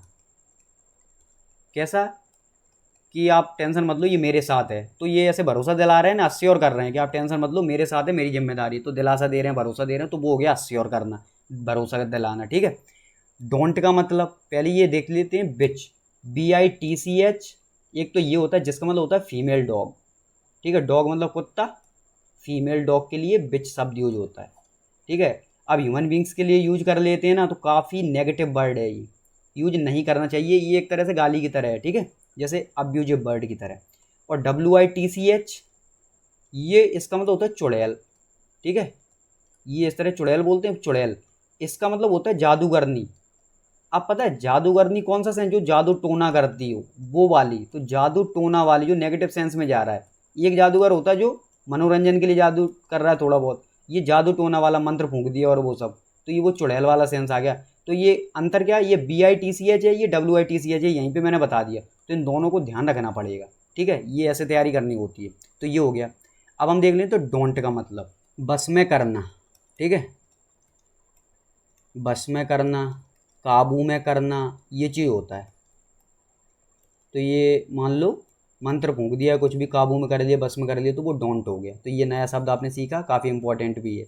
अब आपको सिनोनिम किसका निकालना है, सेलिब्रेट, उत्सव मनाना, तो आपको पता है खुश होना, आनंदित होना, बाकी इनमें से तो कुछ भी नहीं, तो ये हो गया, क्योंकि खुश होंगे, आनंदित होंगे, तभी हम सेलिब्रेट कर रहे होंगे।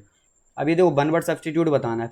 10 ईयर्स के पीरियड को सीधा सिखाया था आपको, डेकेड बोलते हैं, कुछ सोचना भी नहीं है। दशक बोलते हैं कि नहीं, ठीक है, फिर से लिख दे रहा हूँ, 10 साल का जो पीरियड होता है उसे दशक बोलते हैं। सेंचुरी, शताब्दी बोला था आपको। बाईएनियम, पीरियड ऑफ 2 ईयर्स, ठीक है। अब देख लो ये भी पूछ रहे हैं, पीरियड ऑफ 2 ईयर्स, बाईएनियम, ठीक है, कि 2 साल का अगर पीरियड हो, कि 2-2 साल ले लिए, 2 साल के पीरियड, 2 साल ऐसे एक ग्रुप बना लिया, कि 2000 मान लो 24 और 2025 2 साल ले ली, तो ये एक बाईएनियम हो गया। स्पेलिंग देख लो, BIE वैसे भी बाई कहीं भी लगा रहता है उसका मतलब दो ही होता है, बाई पोलर आपने सुना होगा, तो दो पोल वाला, तो बाई का मतलब दो से ही है, तो यहाँ से आइडिया लग रहा है। ये लस्ट्रम थोड़ा कठिन है, इसे बोलते हैं पीरियड ऑफ 5 ईयर्स, ठीक है, 5 साल का पीरियड ले लो तो ये लस्ट्रम हो गया, तो ये आपको याद रहेगा, नया कीवर्ड है। तो ये एक थोड़ा कठिन आ गया, बाकी इससे थोड़ा आइडिया लगाया जा सकता था, तो ये मॉडरेट लेवल पे रहेगा, ये रिपीट हो रहे हैं कीवर्ड। अब ये कभी भी आएगा तो ये भी रिपीटेड की कैटेगरी में जाएंगे, तो आंसर अपना हो गया सीधा। ठीक है, आप बेशक इनके मतलब नहीं पता, आंसर तो पता है, डेकेड बोलते हैं, पहले भी सिखाया है, तो इनसे मतलब ही नहीं है, अब सीख लो, आगे कभी भी आएगा तो इनके भी आंसर कर देंगे। एंटोनिम देखना है किसका, हिट का। हिट का मतलब होता है मारना, ठीक है, एक तो हिट का मतलब मारना होता है, एक निशाना लगाना भी होता है, ठीक है, कि हम निशाना लगा रहे हैं, हिट करना, निशाना लगाना, ठीक है, ये हो गया। तो इसका मतलब एंटोनिम बताना तो चूकना, तो मिस करना, चूकना, सीधा आंसर आ गया, कुछ करना ही नहीं है। टारगेट का मतलब होता है लक्ष्य अपना, ये हो गया। टच मतलब छूना, क्लीन मतलब साफ करना। बेस्ट, ये थोड़ा कठिन कीवर्ड आ गया, लेकिन इससे मतलब ही नहीं, आंसर तो ये रहा अपना। तो मैंने कई बार बताया आपको, कठिन कीवर्ड आपके ऑप्शन में होंगे, बहुत ज़्यादा चांसेस हैं वो आपका आंसर होगा ही नहीं। दूसरा क्या केस हो सकता है, तीनों ऑप्शन इतने आसान होंगे, सिर्फ एक ही कठिन होगा, और आपसे जो पूछा गया होगा वो भी कठिन होगा। मान लो जो आपसे पूछा गया वो भी आपको नहीं पता, ऑप्शंस में 4 दिए, 3 आपको पता, चौथा नहीं पता, बहुत ज़्यादा चांसेस है आंसर यही होगा। ठीक है, ये आपको दिखाऊंगा करके, लेकिन ये मैं ये नहीं बोल रहा कि ये वो चीज़ है कि हर बार होगा, नहीं। लेकिन जब आपको नहीं पता, ये पता कि हाँ ये चीज़ें ऐसे काम करती हैं, तो हमारी पहली चॉइस क्या बनेगी, हम इसे टिक करके आते हैं, क्योंकि उसमें भी आप इंटेलिजेंट गैसिंग जैसी कोई चीज़ होती है कि हाँ दिमाग लगाया है, इस तरह के पीवाई को सॉल्व किए, तब हमें ऐसी चीज़ें मिली हैं कि अगर आपको जो पूछा गया वो नहीं पता, वो भी कठिन लग रहा है, ऑप्शन 3 पता है, ठीक है, या 2 पता है, तीसरे का थोड़ा सा आइडिया कहीं सुना है, लेकिन चौथा तो पता ही नहीं है, बहुत कठिन लग रहा है, तो आंसर यही होगा इसका, बहुत ज़्यादा चांसेस हैं। तो ऐसे में दिखाऊंगा आपको करके। तो यहाँ पे तो सीधा हिट का मतलब मारना, मिस का मतलब चूकना, ये नहीं भी पता तो काम चल जाएगा, लेकिन अब सीख लो, इसे बेस बोलते हैं, बेस, ठीक है, BASH ED, तो वैसे ही लगा है। अब इसका मतलब क्या होता है, बहुत जोर से मारना, ठीक है, ये मतलब होता है इसका। जैसे हिट का मतलब मारना, तो ये अगर सिनोनिम पूछते ना, तो ये हिट का सिनोनिम बेस बन जाता, इसलिए यहाँ पे दिया है बहुत जोर से मारना। तो ये सीखना भी जरूरी है, अगर उन्होंने यहाँ पे सिनोनिम पूछ लिया, थोड़ा सा चेंज कर दिया, तो हमें पता ही नहीं चल रहा आंसर क्या होगा, तो ये चीज़ है। तो बहुत जोर से मारना, या फिर इसका मतलब आलोचना करना भी होता है, ठीक है, तो ये नेगेटिव कीवर्ड है, तो ये चीज़ आपको पता चल गई, वो तो हिंदी से ही आपको पता चल जाएगा नेगेटिव है कि पॉजिटिव, किसी की बुराई कर रहे हैं, आलोचना करना, तो पॉजिटिव पॉजिटिव वर्ड थोड़ी ना होगा। इनकरेक्ट बताना है, ठीक है, तो ये अकरेंस यही गलत है अपना, OCCURRENCE, हमें और देखना ही नहीं, क्योंकि ऑलरेडी ये रिपीट हो रहा है, तो हमें ये आना चाहिए, जो कि मैंने आपको सिखाया है। अकर बताया था, किसी चीज़ का होना, ठीक है, कोई चीज़ हो रही है, कोई इवेंट हो रहा है, किसी चीज़ का घटित होना, तो वो अकरेंस है, वही अकर है, तो वही अकरेंस और अकर उसी से बना है, तो ये आंसर है अपना, क्योंकि यही इनकरेक्ट है। अब इसका मतलब तो ये आपको पता चल गया कि कोई चीज़ घटित होना, ठीक है, ये कोई चीज़ घटित होना, कुछ भी चीज़ हो रही है उसे अकर बोलते हैं ना, कि वो चीज़ हो रही है, तो अकर, सुपरसीड, हरासमेंट और एग्जैगरेट। अब देखो एग्जैगरेट का मतलब होता है अतिशयोक्ति, ठीक है, अतिशयोक्ति। अब आपने अतिशयोक्ति अलंकार के बारे में सुना होगा, तो ये होता है बढ़ा चढ़ाकर बात करना, बढ़ा चढ़ाकर बात करना, ठीक है, कुछ भी बात है, डींगे हाँकना, ये सारी चीज़ें होती हैं, बड़ी बड़ी बातें करना, तो ये सब हो गया। हरासमेंट, तो हरास का मतलब देखो, HARASS, हरास का मतलब क्या होता है, किसी को परेशान करना, किसी को सताना, या किसी को छेड़ना, ठीक है, ये बोला जाता है हरास करना, छेड़ना, परेशान करना, तो ये यहाँ से निकला है। तो हरासमेंट का मतलब क्या हो गया, बिल्कुल सेम सेंस देगा, इसका मतलब भी यही निकलेगा, छेड़ना, परेशान करना, ठीक है, कि किसी को हरासमेंट, ठीक, ये चीज़ होगी। सुपरसीड, रिप्लेस करना, ठीक है, सुपरसीड का मतलब होता है रिप्लेस करना, किसी की जगह पे आ जाना, उसे हटा देना, उसकी जगह पे आ जाना, तो वो हो गया सुपरसीड, ये चीज़ हो गई। तो ये चीज़ आपको पता चल गया, रिप्लेस करना या फिर किसी की जगह ले लेना, जगह ले लेना, कोई सीट पे बैठा हुआ था, वो थोड़ी देर के लिए उठा, आपने जगह ले ली, तो आप सुपरसीड कर गए, तो इस तरह से रिप्लेस कर दिया, वो आपने उसे हटा दिया, आप उसकी जगह आ गए, तो ये हो गया। आंसर भी आपको मिल गया, आपका इसमें गलती है, बाकी ये सब सही है। अब होगा कि अगर आप इस पर ध्यान नहीं दोगे ना, हरासमेंट पे, एग्जैगरेट पे, सुपरसीड पे, तो अगली बार यही पूछेगा, हरासमेंट पूछ लेगा, या देख लेना प्रीवियस ईयर उठा के, यही कीवर्ड्स रिपीट हुए होंगे अलग अलग जगहों पे, नहीं सीखोगे यहाँ पे, अगली बार में गलती होगी, ठीक है। सिनोनिम बताना है, लाइजर का मतलब देखो रिपीट हो रहा है, लेकिन लिख दे रहा हूँ, इसका मतलब होता है फुर्सत का समय, क्या होता है, फुर्सत का समय, क्या आप बहुत फ्री हो, फ्री टाइम है आपके पास, तो ये होता है फ्री टाइम। और फ्री टाइम में आप क्या करते हो, तो आपको पता है एक्टिविटीज़ करते हैं, हॉबीज़ जो हमें पसंद है वो चीज़ें करते हैं, तो एक्टिविटीज़ तो पता है क्रियाएं वगैरह। तो आपको पता है रिक्रिएशन, यही आंसर है अपना। आपको सिनोनिम बताना था ना, तो लाइजर का मतलब ये होता है रिक्रिएशन, जो एक्टिविटीज़ हम अपने फ्री टाइम में करते हैं, अपने शौक के लिए करते हैं, ठीक है, तो वो होता है रिक्रिएशन, कि मनोरंजन के लिए। तो ये चीज़ है, रिक्रिएशन का मतलब ये होता है मनोरंजन के लिए। इंटरव्यू वगैरह में पूछा जाता है कि आप रिक्रिएशन के लिए क्या करते हो दिन में, कि पढ़ाई लिखाई के अलावा और चीज़ें, खेलना कूदना ये सब, तो मनोरंजन के लिए की जाने वाली, ये लिख ही देता हूँ यहाँ पे, की जाने वाली एक्टिविटीज़, ठीक है, तो आपको याद रहेगा ये रिक्रिएशन हो गया। और ये रिपीट हो रहा है, बताओ, ठीक है, तो इतनी शिफ्ट में ये चीज़ें रिपीट होने लगी जो हमारा एग्जैक्टली आंसर है, तो आप समझ सकते हो कितनी चीज़ें रिपीट होती हैं, क्यों ये करवा रहा हूँ। लीड का मतलब होता है नेतृत्व करना, कोई चीज़ आप लीड कर रहे हो, किसी टीम के लीडर हो, वो सब मेन पता है। लैंग्वेज का मतलब कमज़ोर पड़ जाना, ठीक है, कमज़ोर पड़ जाना, दुर्बल पड़ जाना, पेड़ है मुरझा रहा है धीमे धीमे, ठीक है, तो वो लैंग्वेज हो गया। जेल में डला हुआ है, कोई खाना नहीं मिल रहा सही से, वो मुरझा रहा है, कमज़ोर पड़ रहा है, दुर्बल हो रहा है, तो कमज़ोर पड़ जाना, दुर्बल होना, ठीक है, तो लैंग्वेज, तो ये चीज़ हो गई। आंसर आपको मिल ही गया इसका, ये हो गया, ना तो लीड, ना मेन, ना लैंग्वेज। अब मान लो ये कीवर्ड आपको कठिन लग रहा है, ठीक है, लेकिन इससे पहले आपको ये चीज़ ऑलरेडी बता चुका हूँ कि ये चीज़ रिपीट हो रही, तो ये अपना आंसर यहाँ हो गया। नहीं भी पता होगा तब भी आंसर सही करके आओगे, और अब ये भी सीख लोगे, अब कभी भी आएगा तो आप ये भी सही करके आओगे, तो ये चीज़ है। अब मान लो हो क्या कि कोई नया क्वेश्चन आया और उसमें 4 कीवर्ड दे रखे और उसमें लैंग्वेज आपको मिल जाए। अब मान लो लैंग्वेज हमारा आंसर अभी भी नहीं है, लेकिन ये 3 ऑप्शन में से 2 हमें पता थे, सिंपल थे, एक लैंग्वेज कठिन था और एक वो आंसर जो मेनली आंसर है वो भी कठिन था। आपको अब तो लैंग्वेज सीख गए ना, तो अब ये भी आसान हो गया। आपको पता है ये है नहीं, क्योंकि आपने लैंग्वेज का मतलब पता है, ये दोनों थे नहीं क्योंकि आसान थे पहले ही, तो आप इसी को तो टिक करोगे। तो इस लैंग्वेज को यहाँ सीखने से भी आंसर निकलते हैं, तो इसीलिए बोल रहा हूँ कि ये भी यहाँ पे सीख के चलना है, इसी वजह से ये बताया है आपको।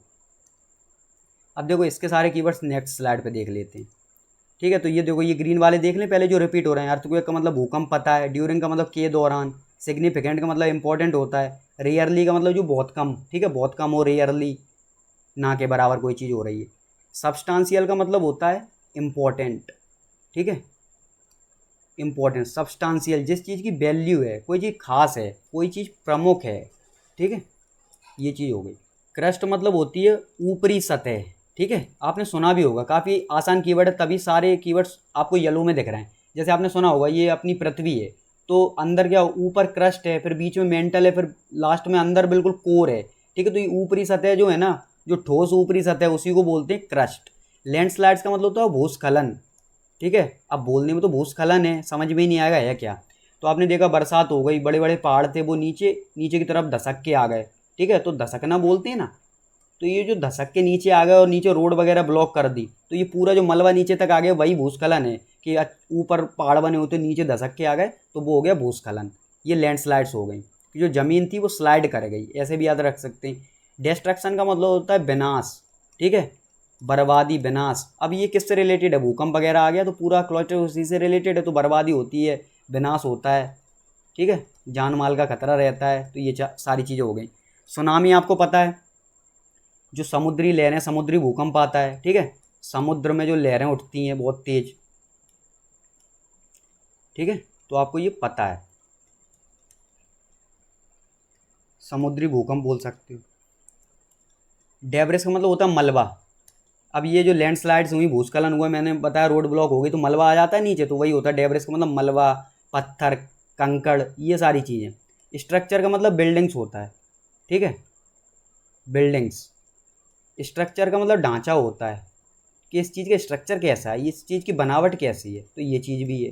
तो किस कंटेक्स्ट में आया वो पता रहेगा हमें, कि बनावट के लिए आया, कि ढांचे के लिए, या फिर बिल्डिंग्स की स्ट्रक्चर्स, अलग अलग स्ट्रक्चर्स बने हुई है, बिल्डिंग ऐसी, ये झोपड़ी ऐसी, ये बिल्डिंग वैसी, तो ये सारी चीज़ें। क्रैक्स का मतलब आपको पता है दरार, भूकंप आया तो सड़कों पर दरार वगैरह पड़ जाती है, तो वो हो गया दरार, तो ये सारी चीज़ें समझ में आ गई। एक्सपेंसिव, अब देखो यहाँ पे क्या चीज़ है, देखो ये एक एक्सपेंसिव ये है और एक एक्सपेंसिव ये है, कितना इंपॉर्टेंट है। यहाँ पे ई है और यहाँ पे ए है, इसका मतलब होता है महंगा, ठीक है, जो आपने काफ़ी सुना होगा, एक्सपेंसिव है ये चीज़ तो मैं नहीं खरीदूंगा, तो ये महंगा। ये ए वाला है तो इसका मतलब होता है एक्सपेंसन, ठीक है, ये एक्सपेंसन से बना हुआ है। एक्सपेंसन का मतलब होता है विस्तार करना, क्या होता है, विस्तार करना, किसी चीज़ को फैलाना, ठीक है, किसी चीज़ को फैलाना, या बहुत बड़ा क्षेत्र, क्योंकि बहुत बड़ी चीज़ दिख रही है ना, एक्सपेंड हो रही कोई चीज़, विस्तार हो रहा है, बढ़ रही है, तो उसी से एक्सपेंसिव बना है। इसका मतलब भी यही होता है विस्तृत, तो आपको यहाँ से याद रहेगा अभी, विस्तृत, ठीक है, बड़े पैमाने पर विस्तार करना, यही सेंस निकलता है इसका। तो ये हो गया एक्सपेंसिव, ये वाला है ना, और यहाँ एक्सपेंशन से याद रहेगा, इसमें भी ये आता है और इसी से ये बना है, तो ये वाला ई वाला महंगाई वाला, ठीक है। एब्रप्ट का मतलब होता है सडन, सडन का मतलब आपको पता है अचानक, कोई चीज़ एब्रप्टली हो रही, सडनली हो रही, तो वही एब्रप्ट का मतलब सडन, एब्रप्टली का मतलब सडनली, तो यहाँ से ये हो गया अचानक, ये हो गया। इनोवेटिव आपको पता है, जो नए आइडियाज़ लेके आता है, ठीक है, नए आइडियाज़ दिमाग में, तो वो इनोवेटिव पर्सन है, तो ये चीज़ होगा नई सोच रखने वाला। डेलिब्रेट का मतलब जानबूझकर कुछ करना, जो चीज़ें पता है तब भी कर रहे हैं तो जानबूझकर, तो ये चीज़ें पहले ही बता चुका हूँ।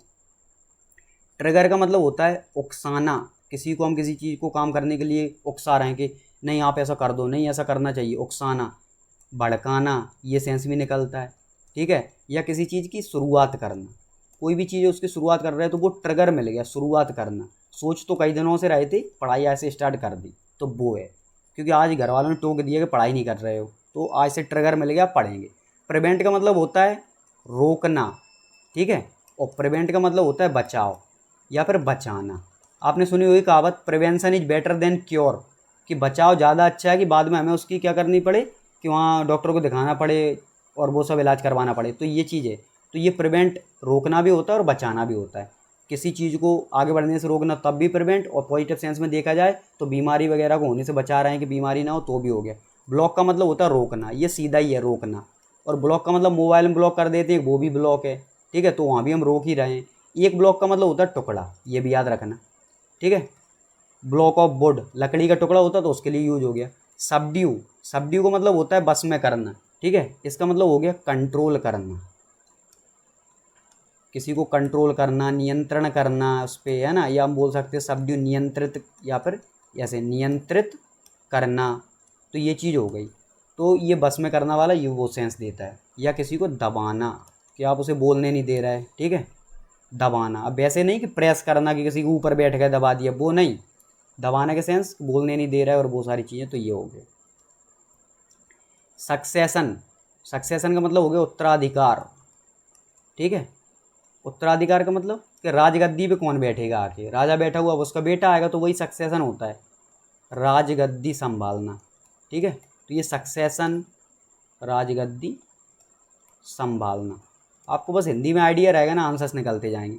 डिसऑर्डर का मतलब बताया था, कोई चीज़ अस्त व्यस्त है, सही तरह से नहीं रखी हुई, घर में उथल पुथल मची हुई है, डिसऑर्डर का मतलब बीमारी भी होता है, तो ये चीज़ें बताई थी, अस्त व्यस्त, चीज़ों का व्यवस्थित ना होना। इंटरप्शन का मतलब क्या होता है, देखो इंटरप्ट होता है, अगर ये सिर्फ इंटरप्ट होता ना, INTERRUPT, इंटरप्ट का मतलब होता है इंटरप्ट कर रहे हैं, रोक रहे हैं, और इंटरप्शन का मतलब होता है रुकावट, तो ये चीज़ पता है। अरेस्ट का मतलब क्या होता है, किसी को जेल में डाल देना, अरेस्ट करना, या फिर पकड़ना, ठीक है, तो ये अरेस्ट का मतलब तो आपको पता है, पकड़ना, जेल में डाल देना, ये हो गए। फैटिलिटीज़, तो यहाँ पे देख लो, फैटल का मतलब होता है जानलेवा, ठीक है, जो चीज़ जानलेवा हो, जहर वगैरह कुछ भी हो, या कोई कोई भी ऐसी चीज़ है जो जान ले सकती है, तो वो फैटल हो गई। और फैटिलिटीज़ का मतलब होता है डेथ, ठीक है, मृत्यु, सीधा यही मतलब होता है इसका।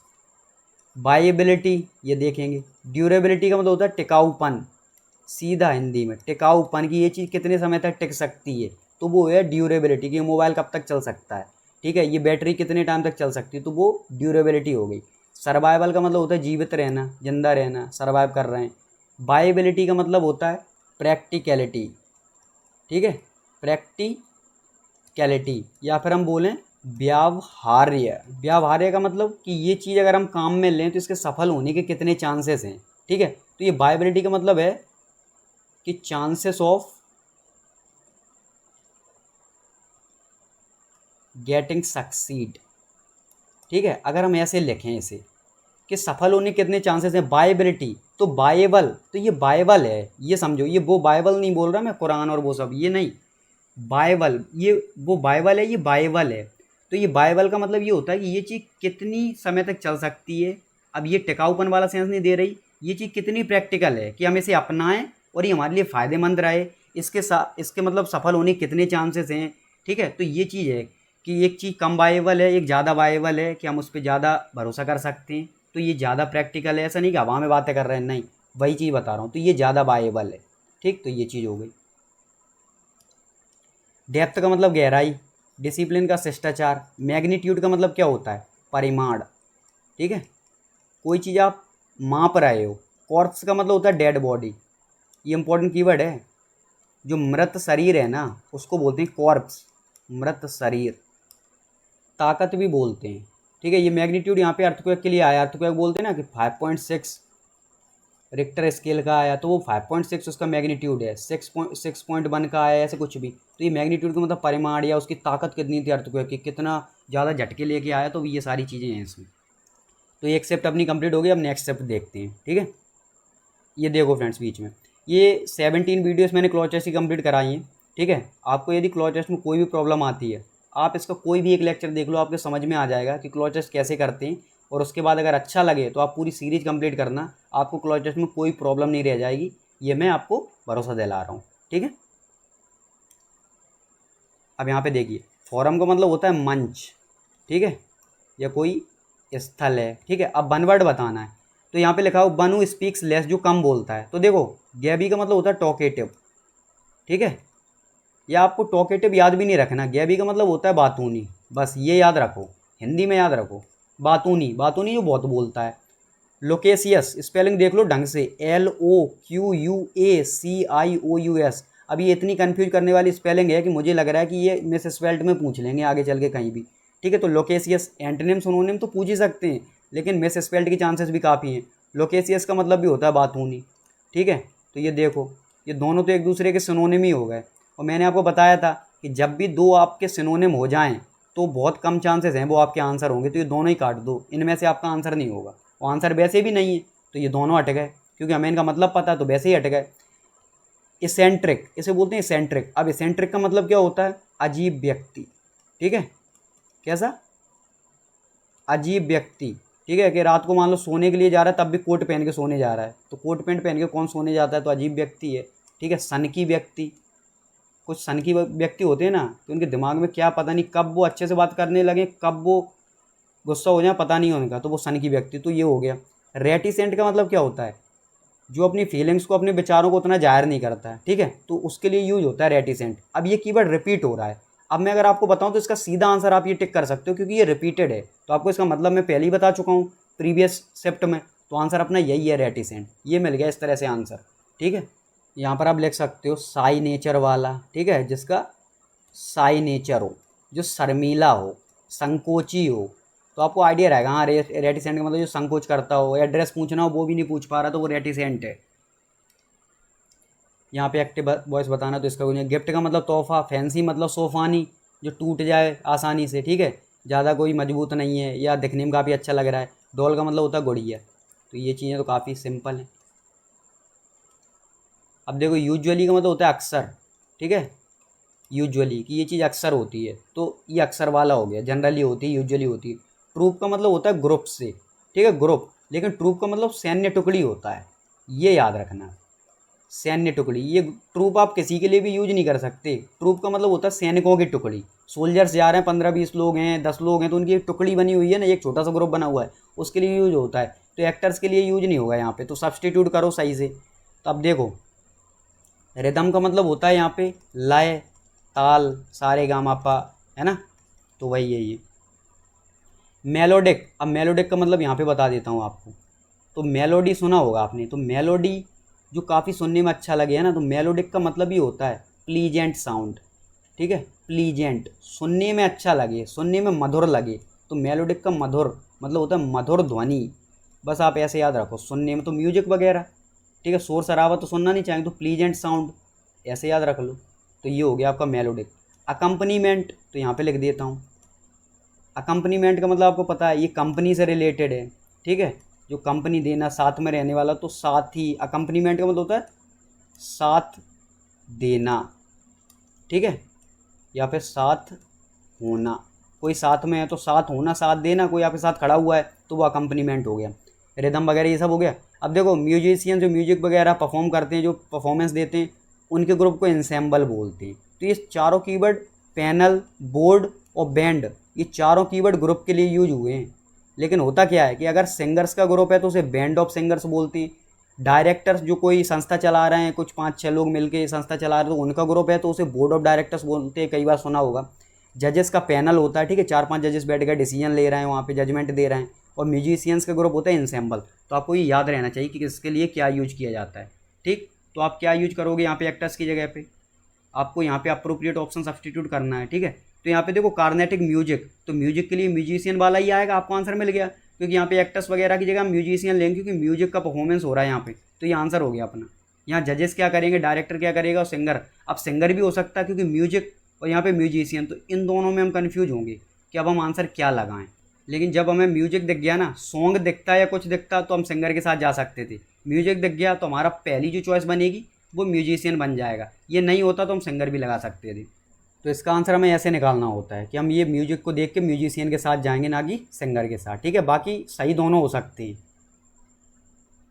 एब्सोल्युटली का मतलब होता है पक्का, ठीक है, कि आप आओगे, एब्सोल्युटली पक्का आऊँगा, तो ये पक्का हो गया, ज़रूर, है ना, एब्सोल्युटली ज़रूर। सबमिट, अब आपने पढ़ा होगा G20 सबमिट और ये सब हुआ था, तो सबमिट का मतलब होता है महासम्मेलन। क्या होता है, महासम्मेलन। एक तो मीटिंग हो गई, छोटी मोटा सम्मेलन वगैरह हो गया, ठीक है, सम्मेलन, महासम्मेलन। इसका एक मतलब और होता है पर्वत का शिखर, पर्वत का शिखर। तो पर्वत की जो चोटी होती है ना उसे भी समिट बोलते हैं, तो ये याद रखना। अब देखो हमें बताना क्या, इनकरेक्टली बताना है, तो ये गलत है अपना। और इसका क्या होगा स्पेलिंग, EXHILARATED, एक्जेलरेटेड। एक्जेलरेटेड का मतलब होता है खुश, आनंदित, उत्साहित, ठीक है, तो ये इसके लिए यूज होता है। तो ये हो गया उत्साहित, आनंदित, खुश, तो ये अपना आंसर हो गया यहाँ से कि ये गलत है। सेंसेशन का मतलब होता है आभास होना, सेंसेशन, आभास होना, किसी चीज़ का एहसास होना, ठीक है, ऐसा मुझे फील हो रहा है, तो वो सेंसेशन आ रहा है, सेंस आ रहा है, तो ये उसके लिए यूज हो गया। तो ये हो गया, ठीक है, ये सारी चीज़ें हो गई।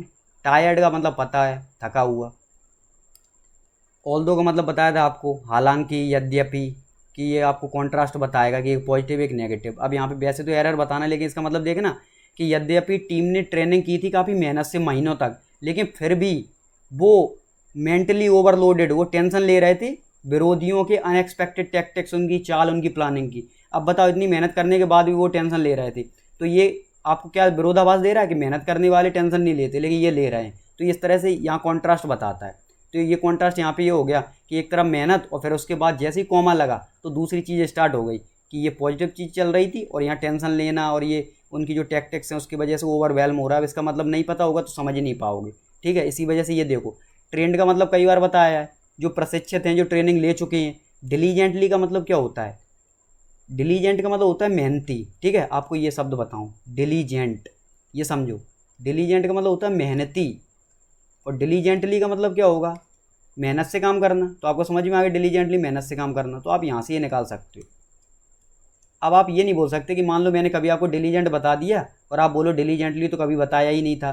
तो आप इतना तो सेंस लगा सकते हो ना कि ये सी से बनाया, LY लगा दिया तो इससे उसका मतलब थोड़ी बदल जाएगा।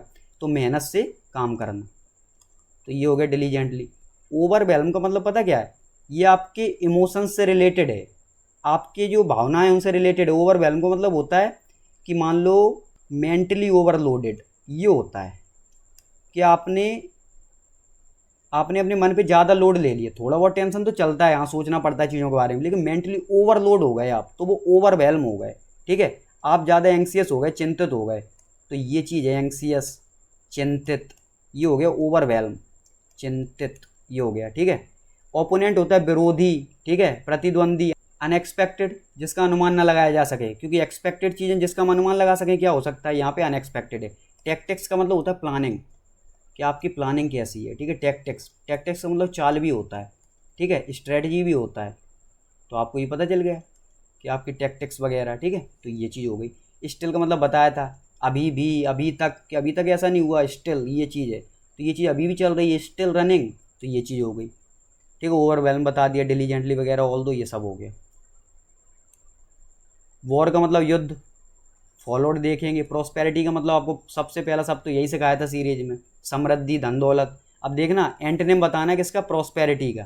तो धन दौलत का उल्टा क्या होगा, तो इसका मतलब यहाँ पे देख लो, 1-20 में से आंसर नहीं है अगर मैं आपको बताऊँ। सिक्योर का मतलब होता है सुरक्षित, ठीक है। अब ये लिखना जरूरी नहीं है, आपको पता है क्योंकि ऑलरेडी रिपीट हो रहा है। एफ्लुएंस का मतलब बताया था धन दौलत, ये इसका सिनोनिम हो जाएगा, ठीक है। एफ्लुएंस, एफ्लुएंट का मतलब होता है धनवान और एफ्लुएंस का मतलब होता है धन दौलत। सिक्योरिटी का मतलब होता है एक तो सुरक्षा करने वाला जो जो सिक्योरिटी गार्ड है, तो वो हो गया, और सिक्योरिटी का मतलब होता है सुरक्षा। फेलियर का मतलब होता है असफल, ठीक है। तो बस अब जब कुछ नहीं मिल रहा तो आंसर अपना यही है, क्योंकि एक प्रॉस्पर हो गया, प्रॉस्पेरिटी मिल गई, काफ़ी ऊंचा पहुंच गया, काफ़ी पैसा धन दौलत कमा लिया, एक फेलियर हो गया तो असफल हो गया आंसर। वरना यहाँ पे क्या होता है, प्रॉस्पेरिटी का तो हमने एडवर्सिटी पढ़ा था, ठीक है, तो हम बस यही पढ़ते रह गए, एडवर्सिटी, आंसर फेलियर से निकल आया। इसीलिए एंटोनिम सिनोनिम याद नहीं करनी होती, केवल शब्द का हिंदी मतलब याद करना होता है, आंसर आ जाता है। अब the war was followed by a long period of prosperity, कि वॉर के बाद क्या हुआ, तो इसके बाद क्या हुआ, ठीक है, बाद में होना। तो फॉलोड का मतलब यही होता है, बाद में होना, या फॉलोअर और वो फॉलोइंग वो अलग हो गया इंस्टाग्राम वाला, ठीक है। तो ये फॉलोड ये होता है कि बाद में क्या हुआ, तो वॉर के बाद में एक लंबा पीरियड आया प्रॉस्पेरिटी का, ठीक है। ये चीज़ें समृद्धि आई, फिर युद्ध के बाद चीज़ें सुधरने लगी। इलिटरेट का मतलब होता है अशिक्षित, बिना पढ़ा लिखा, ठीक है। अब यहाँ पे जब आपको ये पता चल गया बिना पढ़ा लिखा अशिक्षित पर्सन, जो पढ़ नहीं सकता लिख नहीं सकता।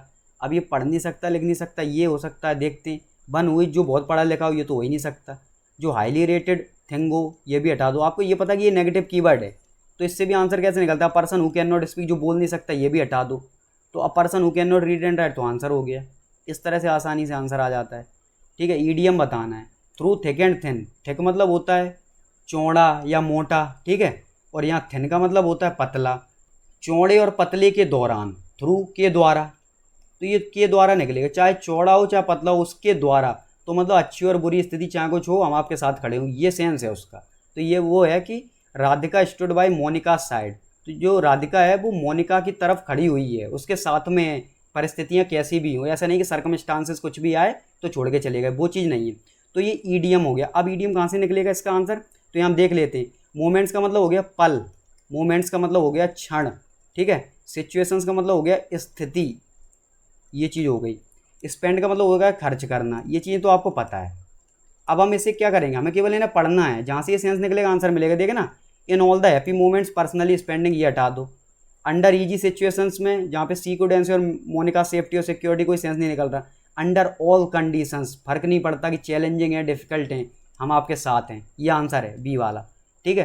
तो जब आपको थ्रू थिक एंड थिन का मतलब पता होगा कि सिचुएशन चाहे अच्छी हो चाहे बुरी हो, समय आपका अच्छा चल रहा हो चाहे बुरा चल रहा हो, हम आपके साथ हैं, तो यहाँ पे ऑल कंडीशंस, कैसी भी स्थिति हो, ये आंसर हो गया। चैलेंजिंग हो या खुशियों वाला माहौल हो, कुछ भी हो, तो ये आंसर निकाल लिया। तो आप बस क्या याद रखना कि थिक एंड थिन का मतलब ये होता है कि अच्छी और बुरी स्थिति में होना, बस अच्छा या बुरा समय होना, इस तरह याद रखना। फिर कुछ भी ऑप्शन में पूछ लें आप टिक कर पाओगे।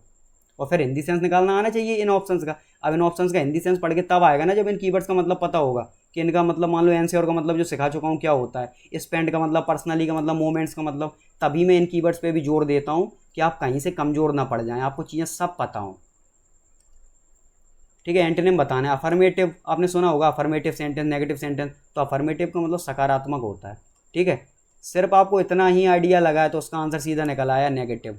आगे देखना भी नहीं है, लेकिन सीखना इसलिए देखना भी है, ठीक है। तो सैंक्शन के दो मतलब होते हैं। एक सैंक्शन का मतलब होता है मंजूरी, ठीक है, मंजूरी देना है, मंजूरी मिलना, आपको कोई चीज़ अलाउ कर दी गई है, सैंक्शन कर दी गई।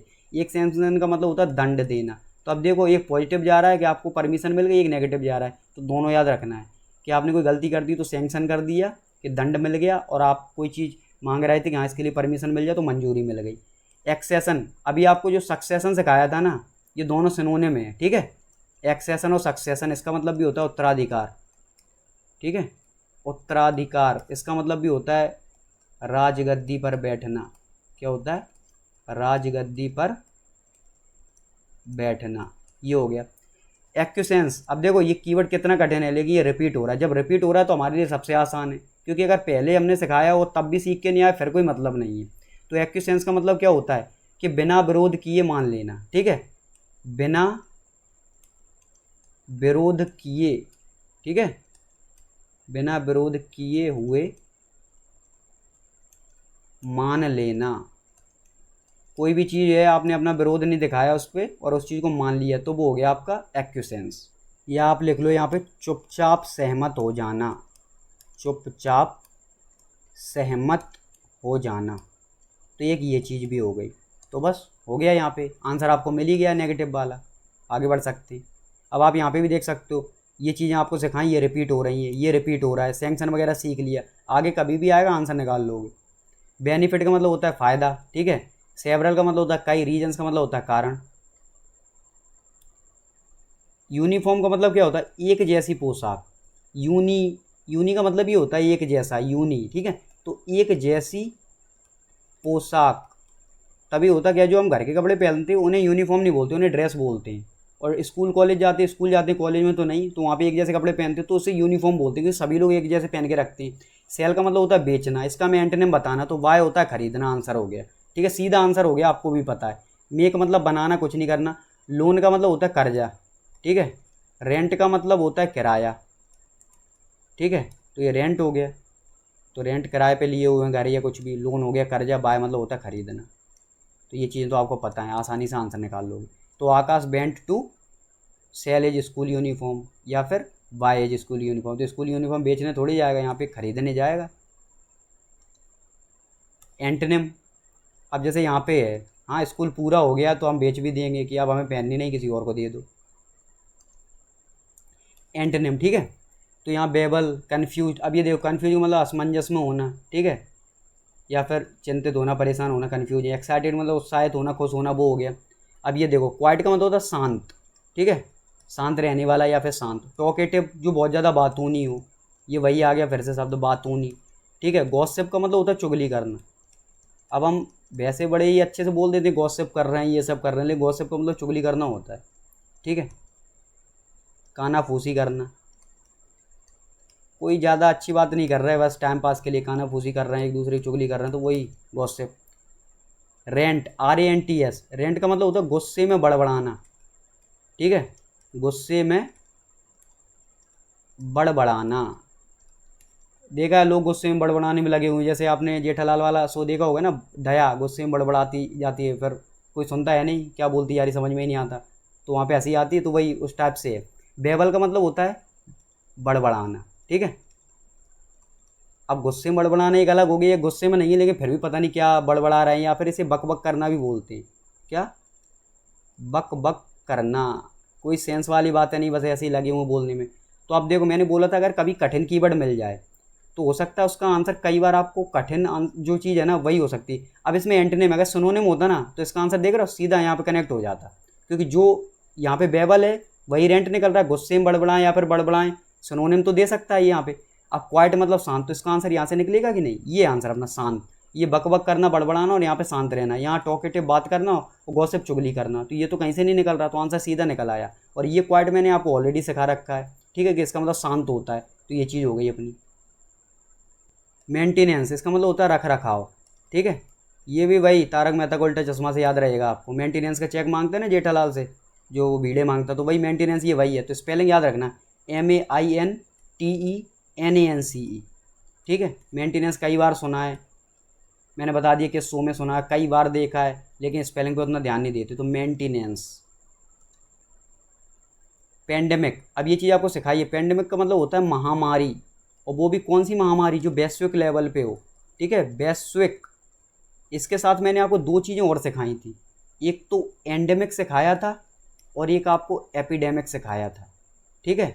अब ये दोनों कैसी हैं, ये होती हैं वर्ल्ड के लेवल पे, ये पेंडेमिक होता है वर्ल्ड के लेवल पे, एंडेमिक और एपिडेमिक होती हैं लोकल लेवल पे। ये आपको बताया था कि किसी एक एरिया में हो गई, किसी एक छोटे से एक आध ज़िले में हो गई, तो वो अब ऐसा नहीं कि एक गली में हो गई, इतना छोटा भी नहीं, एक ज़िले में हो गई, एक दो ज़िले में हो गई, तो ऐसे। ये एंडेमिक जिसमें एंड लगा हुआ है ये कभी ख़त्म नहीं होती, और लगा हुआ है एंड इसमें, तो ये ऐसे याद रखेंगे, इसको उल्टा चल रहा है, ये लगातार चलती है। और एपिडेमिक ये क्या होती है, अब ये कभी ख़त्म नहीं होती, मतलब ये लगातार रिपीट होती रहती है। और ये जो एपिडेमिक वाली ये कैसी है कि एक बार कहीं आई और फिर उसके बाद चली गई, फिर नहीं आई, तो लेकिन कुछ टाइम के लिए तो आई थी, जैसे मान लो स्वाइन फ्लू वगैरह है, अब नहीं दिखता, लेकिन किसी जगह पे हमारे यहाँ भी आया था कभी, लेकिन अब चला गया, तो वो हमारे एपिडेमिक में हम काउंट कर सकते हैं, ठीक है। लेकिन मलेरिया और डेंगू वगैरह कि आते हैं बरसात के मौसम में बहुत ज़्यादा बढ़ जाता है, फिर कुछ टाइम के बाद कम हो जाता है, जब मच्छर वगैरह नहीं उतने दिखते तो वो चला गया, फिर से आ जाएगा, जैसे ही गर्मियाँ आएंगी, बारिश आएगी, तो वो कॉन्टीन्यूस मतलब रेगुलर इंटरवल पे लौट रहा है, तो वो आपका एंडेमिक हो गया। तो ये इस तरह से लोकल लेवल पे चलता है, और ये सब ये ऐसा नहीं कि पूरा वर्ल्ड लेवल पर उसी टाइम पे आ रहा है और बना हुआ है। ये कोविड वाला केस यहाँ पे है, जहाँ पूरे ग्लोबल लेवल पे ये बीमारी महामारी हो गई थी, तो वो पेंडेमिक हो गया। ठीक है, अब आप यहाँ पे देखोगे ये तो सब्सटीट्यूट करना है। रिपोर्टर का मतलब होता है संवाददाता। ठीक है, जो रिपोर्ट हमें दे रहा है, सीधी बात तो ये है, जो जानकारी देता रिपोर्ट देता वो है, और संवाददाता बोलते हैं। डेयर डेविल, आईपीएल में एक टीम थी दिल्ली डेयर डेविल्स, पहले थी, अब तो दिल्ली कैपिटल नाम हो गया। जो आईपीएल देखता है उससे तो कनेक्ट हो जाएगा आसानी से। इसका मतलब होता है साहसी। ठीक है, और आपको पता है डेयरिंग, जो डेयरिंग होता है ना, डरता नहीं, तो वही तो साहसी। डेयर डेविल ये पूरा नाम है, साहसी वीर। ठीक है, तो ये उसके लिए हो गया। और यहाँ पे आ गया वॉर मतलब युद्ध, और जोन मतलब क्षेत्र, तो यहाँ युद्ध चल रहा है, युद्ध क्षेत्र, तो वो हो गया। अब देखो फियरलेस पर्सन, आंसर अपना ये हो गया। वन वर्ड क्या बताना है आपको यहाँ पे, मोस्ट अप्रोप्रिएट ऑप्शन बताना है। इसके लिए अंडरलाइन वर्ड के लिए डेयर डेविल, तो पता है साहसी वीर, जो डरता नहीं, फियरलेस है।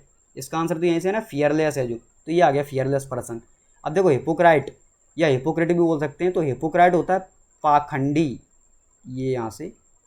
ठीक है, पाखंडी, ढोंगी, कि है तो कुछ नहीं बस दिखावा बहुत है, तो वही चीज़ है ये पाखंडी, ढोंगी, बहुत फेंकता, बॉडी में आँकता है, तो ये हो गया। इनसिग्निफिकेंट अनइम्पॉर्टेंट, सिग्निफिकेंट बताया था इंपॉर्टेंट, इनसिग्निफिकेंट अनइम्पॉर्टेंट, जो चीज़ इंपॉर्टेंट नहीं है। फियरलेस जैसे डर नहीं लगता, वॉर वगैरह ये सब बता दिया, आसानी से कुछ भी निकाल लोगे। ठीक है, फेल का मतलब होता है गिरना, फेल डाउन, नीचे गिर गया या कुछ भी, तो ये हो गया। सीरियसली मतलब गंभीर रूप से, सीरियस पता है गंभीर है ना, काफ़ी सीरियस है। कंडीशन भी हो सकती है सीरियस, और सीरियस का मतलब गंभीर रूप से पढ़ रहे हैं, तो वो पॉजिटिव सेंस भी देता है और नेगेटिव भी। प्रीवियसली आपको सब सिखाया है। अब यही चीज़ें क्यों रिपीट नहीं कर रहा, क्योंकि आपके लिए मैं और ज़्यादा ये लेंदी नहीं करना चाहता सीरीज। जितनी छोटी हो पाए, जितनी कॉम्प्रिहेंसिव तरीके से कवर हो जाए, लेकिन कम से कम टाइम में कवर हो, उतना आपका फ़ायदा है, इसी वजह से। ठीक है, इल का मतलब होता है बीमार। ठीक है, इल बीमार होना, तो ये हो गया। निमोनिया, ये क्या है, लंग इन्फेक्शन है। ठीक है, फेफड़ों में कोई इन्फेक्शन हो गया, सूजन आ गई। ठीक है, कोई सूजन आ गई फेफड़ों में, तो वो चीज़ हो गई निमोनिया। और बाकी आपको निमोनिया का मतलब पता है, लेकिन स्पेलिंग देख लो, पी से स्टार्ट हो रही है, फिर NEUB आ रहा है, फिर MONI है, तो पी न्यूमोनिया ऐसा कुछ लगेगा हमें, लेकिन है निमोनिया। और हमें ऐसा लगेगा ऐसा होगा NIMONI, हमें तो ये लग रहा है निमोनिया, या फिर NEMONIA, और गलती वो यहीं करवाएंगे, क्योंकि उन्हें पता है कि जनरली हम ये सोच रहे होंगे, आंसर ये है, तो ये निमोनिया की स्पेलिंग है। ऐसे डायरिया की देखो, DIARRHOEA, पढ़ते कैसे, DR होइया, है ना, यही तो लगेगा ना, DR होइया, लेकिन होता है डायरिया। अब देख लो स्पेलिंग कि DIA फिर RRR फिर HOEA, लेकिन डायरिया की यही है स्पेलिंग। अब देखो अनश्योर, अनिश्चित। ठीक है, अनिश्चित जो पक्का नहीं है। ठीक है, जैसे आइडिया नहीं उन चीज़ों का, या फिर जो श्योर नहीं है उस चीज़ को लेके, तो इसे अनश्योर का मतलब नॉट श्योर, ये चीज़ करनी चाहिए कि नहीं करनी चाहिए, कोर्स लेना चाहिए कि नहीं, पता ही नहीं। एग्जिस्टेंस, अस्तित्व में होना, वो चीज़ एग्जिस्ट करती है इस पृथ्वी पे, इस जगह पे कहीं मौजूद है, तो वो चीज़ हो गई। अब देखो एक ऐसा व्यक्ति जो भगवान के एग्जिस्टेंस को लेके अनश्योर है, उसे पता नहीं भगवान होते हैं कि नहीं होते, वो नहीं बता सकता। उससे पूछो कि आपको क्या लगता है भगवान है या नहीं, तो वो बोलेगा पता नहीं। ठीक है, बहुत से लोगों को लगता है, कुछ सीधा बोलेंगे भगवान होते हैं, मुझे पूरा भरोसा है, कुछ बोलेंगे भगवान जैसी कोई चीज़ नहीं होती, मैं गारंटी से बोल सकता हूँ, तो ऐसे लोग भी हैं। तो तीनों तरह के लोग मिल जाएंगे। तो देखो जो लोग ईश्वर में विश्वास रखते हैं, बोलते हैं भगवान होते हैं, वो है थीस्ट, जिन्हें बोलते हैं आस्तिक। ठीक है, सुना भी होगा आस्तिक, ये हो गया। इसी से बना हुआ है एथीस्ट, जिसे बोलते हैं नास्तिक, जो भगवान में भरोसा नहीं करता, वो साफ बोलता है भगवान नहीं होते। तो ये तो इनका क्लियर हो गया कि ये मानते हैं, ये नहीं मानते। इग्नोरेंट का मतलब होता है अज्ञान। ठीक है, सिर्फ अज्ञान। अब ये इग्नोरेंट इस सेंस में नहीं, किसी भी सेंस में, उसे किसी चीज़ का नॉलेज नहीं है, कुछ नहीं जानता, कुछ भी पूछो नहीं पता, वो अज्ञानी है। तो इग्नोरेंट का मतलब अज्ञानी बोल दो। एग्नोस्टिक का मतलब होता है अनश्योर अबाउट गॉड। ठीक है, ईश्वर को लेके वो अनश्योर है, पता नहीं ईश्वर होते हैं कि नहीं होते, वो कुछ नहीं बोल सकता, तो आंसर अपना हो गया एग्नोस्टिक। ठीक है, ये सिखाया भी था आपको यहाँ पे। अब ये देखो आप कि ये सब रिपीटेड है, देखो सब ग्रीन ग्रीन ग्रीन दिख रहा है, और अनश्योर येलो में दिख रहा है। इतना सिंपल कीवर्ड है कि आपको आता है, तो कहीं चीज़ें कठिन नहीं है। एक दो कीवर्ड कठिन होने से सब कुछ कठिन नहीं हो जाता, यही मैं आपको समझाना चाह रहा हूँ। तो आंसर अपना आ गया एग्नोस्टिक। और एगोनी बताया था, इसका मतलब होता है दर्द, पीड़ा, पेन, तो ये एगोनी आपको बताया था, ये चीज़ हो गई। यस्टरडे का मतलब होता है बीता हुआ कल। ठीक है, और टुमारो बताया था आने वाला कल। पैनकेक का मतलब कुछ है रोटियां, ब्रेड, उससे रिलेटेड है ये पैनकेक्स, ये कोई कीवर्ड नहीं है, बस वैसे ही। ठीक है, रिप्रेजेंट का मतलब होता है प्रस्तुत करना। ठीक है, रिप्रेजेंट, प्रस्तुत करना। प्रतिनिधित्व करना, ठीक है, ये चीज़ भी है। क्यों लिख रहा हूँ यहाँ पे प्रतिनिधित्व करना, कि यहाँ पे आप रिप्रेजेंट कर रहे हो, यहाँ पे वन वर्ड बताना है। फॉरेन का मतलब होता है विदेश, ठीक है। अब आप पढ़ के देखो, एक इम्पोर्टेंट व्यक्ति है, इम्पोर्टेंट है, जो प्रस्तुत कर रहा है, प्रतिनिधित्व कर रहा है अपनी कंट्री का किसी दूसरी कंट्री में। तो जो IFS ऑफिसर के बारे में सुना होगा ना, इंडियन फॉरेन सर्विस से जाते हैं, ठीक है। एम्बेसडर सुना होगा ना, राजदूत, दूसरे देशों में बैठे हुए अपने देश की बात करते हैं। जैसे मान लो अमेरिका में अपना राजदूत बैठा हुआ है और अमेरिका के राष्ट्रपति को और यहाँ के PM को बात करनी, तो उसके थ्रू बात करेंगे, क्योंकि PM ऐसा तो है नहीं कि रोज़ अमेरिका पहुँच जाए उनसे बात करनी, तो ये उसके थ्रू बातें चल रही। किसी को वीज़ा वगैरह चाहिए अमेरिका जाने का, तो वहाँ एम्बेसी जो होता है ना, अपना इंडियन एम्बेसी, वहाँ पे जाना होता है। एम्बेसडर बैठा हुआ, उसके थ्रू मिलता है कि हाँ हमने वेरीफाई कर लिया इंडिया से कि ये व्यक्ति सही है, से आने दो, तो इस तरह से परमिशन मिल जाती। तो वो हो गया यहाँ राजदूत, और सीधा आंसर अपना यही हो गया एम्बेसडर। पढ़ के आंसर मिल गया कि हाँ विदेशों में बैठे रहते, ये हो गया। एमेचर, एमेचर का मतलब होता है शौकिया, ठीक है। शौकिया, शौकिया का मतलब है कि आप फुटबॉल, क्रिकेट, वीडियो गेम्स वगैरह अपने शौक के लिए खेलते हो, कोई पैसा कमाने के लिए नहीं खेलते। अगर पैसा कमाने लगे तो वो आपका प्रोफेशन बन गया। जैसे क्रिकेट खेल रहे हैं विराट कोहली वगैरह, तो वो उनका प्रोफेशन है, तो वो उसमें बिल्कुल परफेक्ट हो गए हैं गेम्स खेल के। आप एमेचर, शौकिया, जब शौकिया तौर पे खेलते हो ना, केवल मनोरंजन के लिए, तो वो आपका एमेचर हो गया, कि आप अभी उस गेम में एमेचर हो, ठीक है। एनोनिमस का मतलब होता है अज्ञात, नाम नहीं बताया आपने अपना, ठीक है। सारी बातें कर ली, या फिर आर्टिकल लिख दिया न्यूज़पेपर में, लेकिन नाम नहीं बताया कि कौन है, तो एनोनिमस लिख के आता है कई बार। तो अज्ञात, नाम नहीं पता, कि मान लो अज्ञात व्यक्ति ने ये जानकारी दी है, तो एनोनिमस है वो। ऑल्ट्रिस्ट का मतलब होता है परोपकारी, ठीक है, परोपकारी। और इसके लिए आपको पता है बेनेवोलेंट भी होता है इसका मतलब। लेकिन यदि आपको इस शब्द को देख के बेनेवोलेंट याद नहीं भी आता है, कोई फर्क नहीं पड़ता, आपको केवल ऑल्ट्रिस्ट का मतलब परोपकारी याद रहे, और बेनेवोलेंट जब कहा जाए आपसे तब भी आपको परोपकारी याद आ जाए, फिर तो आप आराम से बता दोगे ये दोनों सिनोनिम में, ठीक है। तो बस इतना ही ज़रूरी होता है। ये ज़रूरी नहीं कि ऑल्ट्रिस्ट पूछा तो आप याद करने लगे इसका और क्या सिनोनिम होगा और क्या होगा, करना ही नहीं होता। बस हिंदी में परोपकारी याद रखो, दूसरों की भलाई करने वाला, बस। तो आपको आंसर तो मिल ही गया, एम्बेसडर, ठीक है। सिनोनिम बताना है परजीवेरेंस का, सीधा आंसर मिलेगा आपको कहाँ से। अब देखो सीधा यहाँ से तो नहीं मिलेगा, लेकिन ये आपको पता है परजीवेरेंस होता है दृढ़ संकल्प, ठीक है। वैसे तो आंसर सीधा निकाल सकते हैं, देखो कैसे बताता हूँ। दृढ़ संकल्प होता है पक्का इरादा, तो ये परजीवेरेंस हो गया।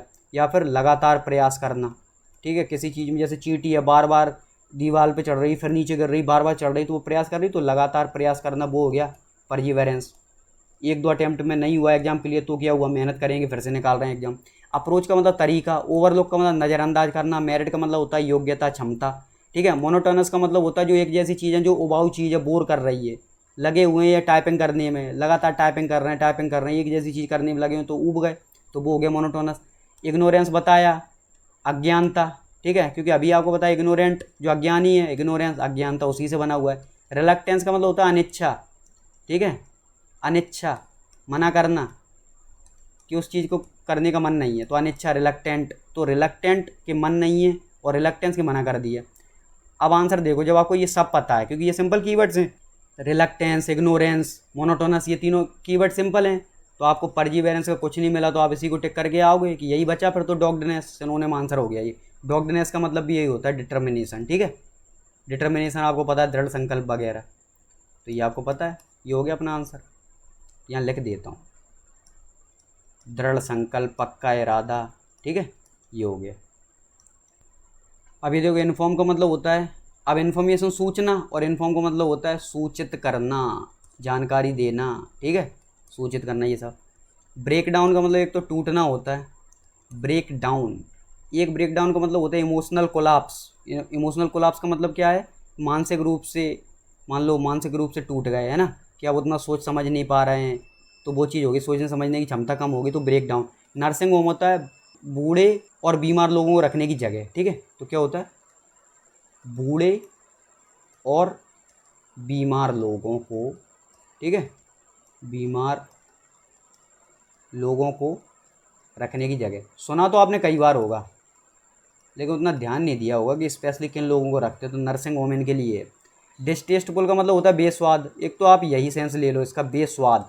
एक मतलब होता है इसका घृणित, सीधा, ठीक है, घृणित, जो चीज़ बुरी लग रही है, अनप्लीजेंट, बस इतना बहुत है, अनप्लीजेंट, जो चीज़ अच्छी नहीं लग रही, कोई भी चीज़ बनी रहे, तो डिस्टेस्टफुल। स्प्रॉल का मतलब होता है हाथ पाँव फैलाकर बैठना, हाथ पाँव फैलाकर बैठना, ठीक है। बैठना। सीधा बोले तो पसर कर बैठना, आपको पता है हिंदी में अपने यहाँ तो यही बोलते हैं, पसर कर बैठ गया। तो हाथ पैर फैला ली, पसर कर बैठना, ये हो गया।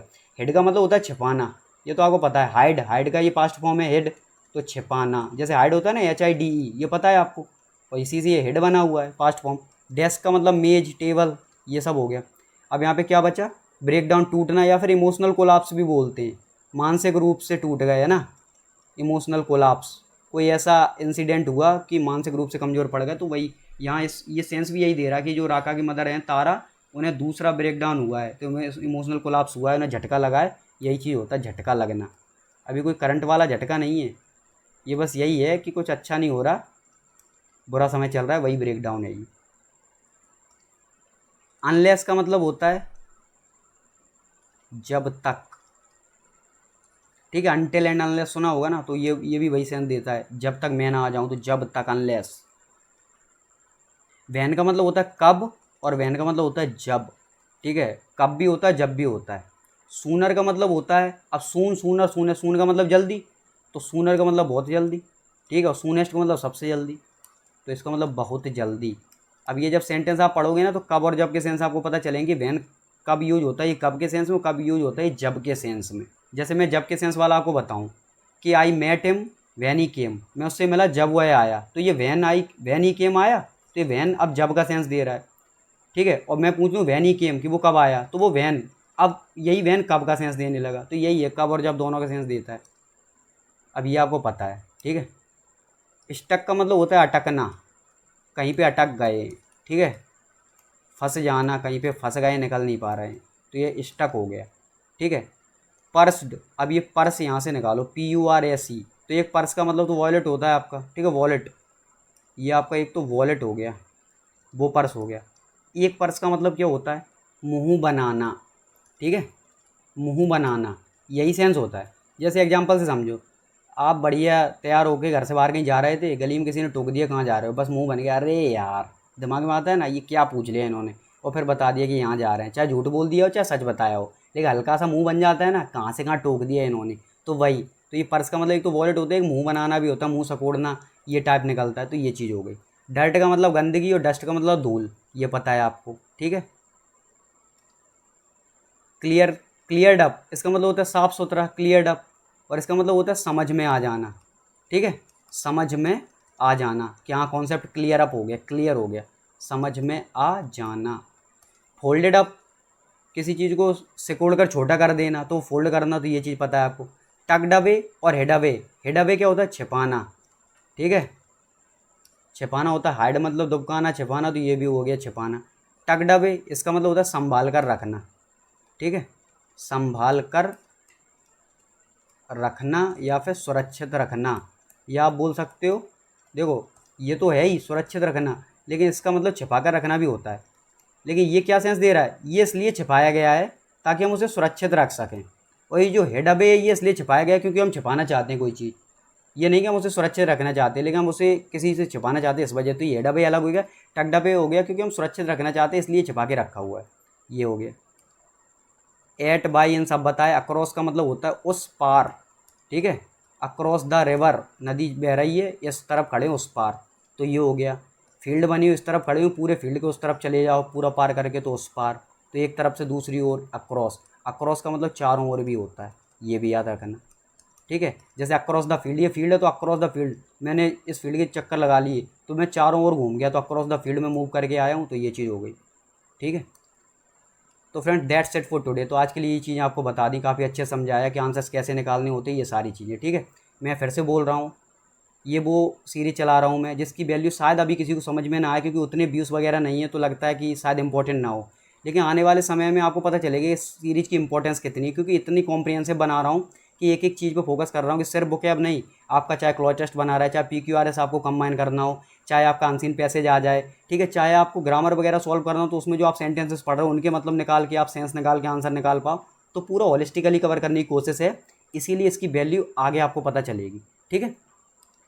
ये फ्रेंड्स, अगर आपको पॉलिटी में दिक्कत आती है, ठीक है, तो कंप्लीट पॉलिटी कराऊंगा। पहला लेक्चर मैंने अपलोड किया जिसमें आपको बेसिक्स बताए हैं, इंट्रो बताया है, पूरा सिलेबस क्या है SSC के एग्जाम का वो टॉपिक वाइज समझाया है। और मैंने जैसा लिखा है वही आपको देखने को भी मिलेगा कि बिल्कुल जीरो लेवल से स्टार्ट करूँगा कि आपने पॉलिटी का पी तक नहीं आता आपको, वहाँ से आपको हीरो लेवल तक लेके जाऊँगा। ठीक है, इंग्लिश और हिंदी मीडियम दोनों को कवर कर रहा हूँ, आप अच्छे से देख सकते हैं यदि आपको देखना हो तो। बाकी मिलते हैं अगली वीडियो में।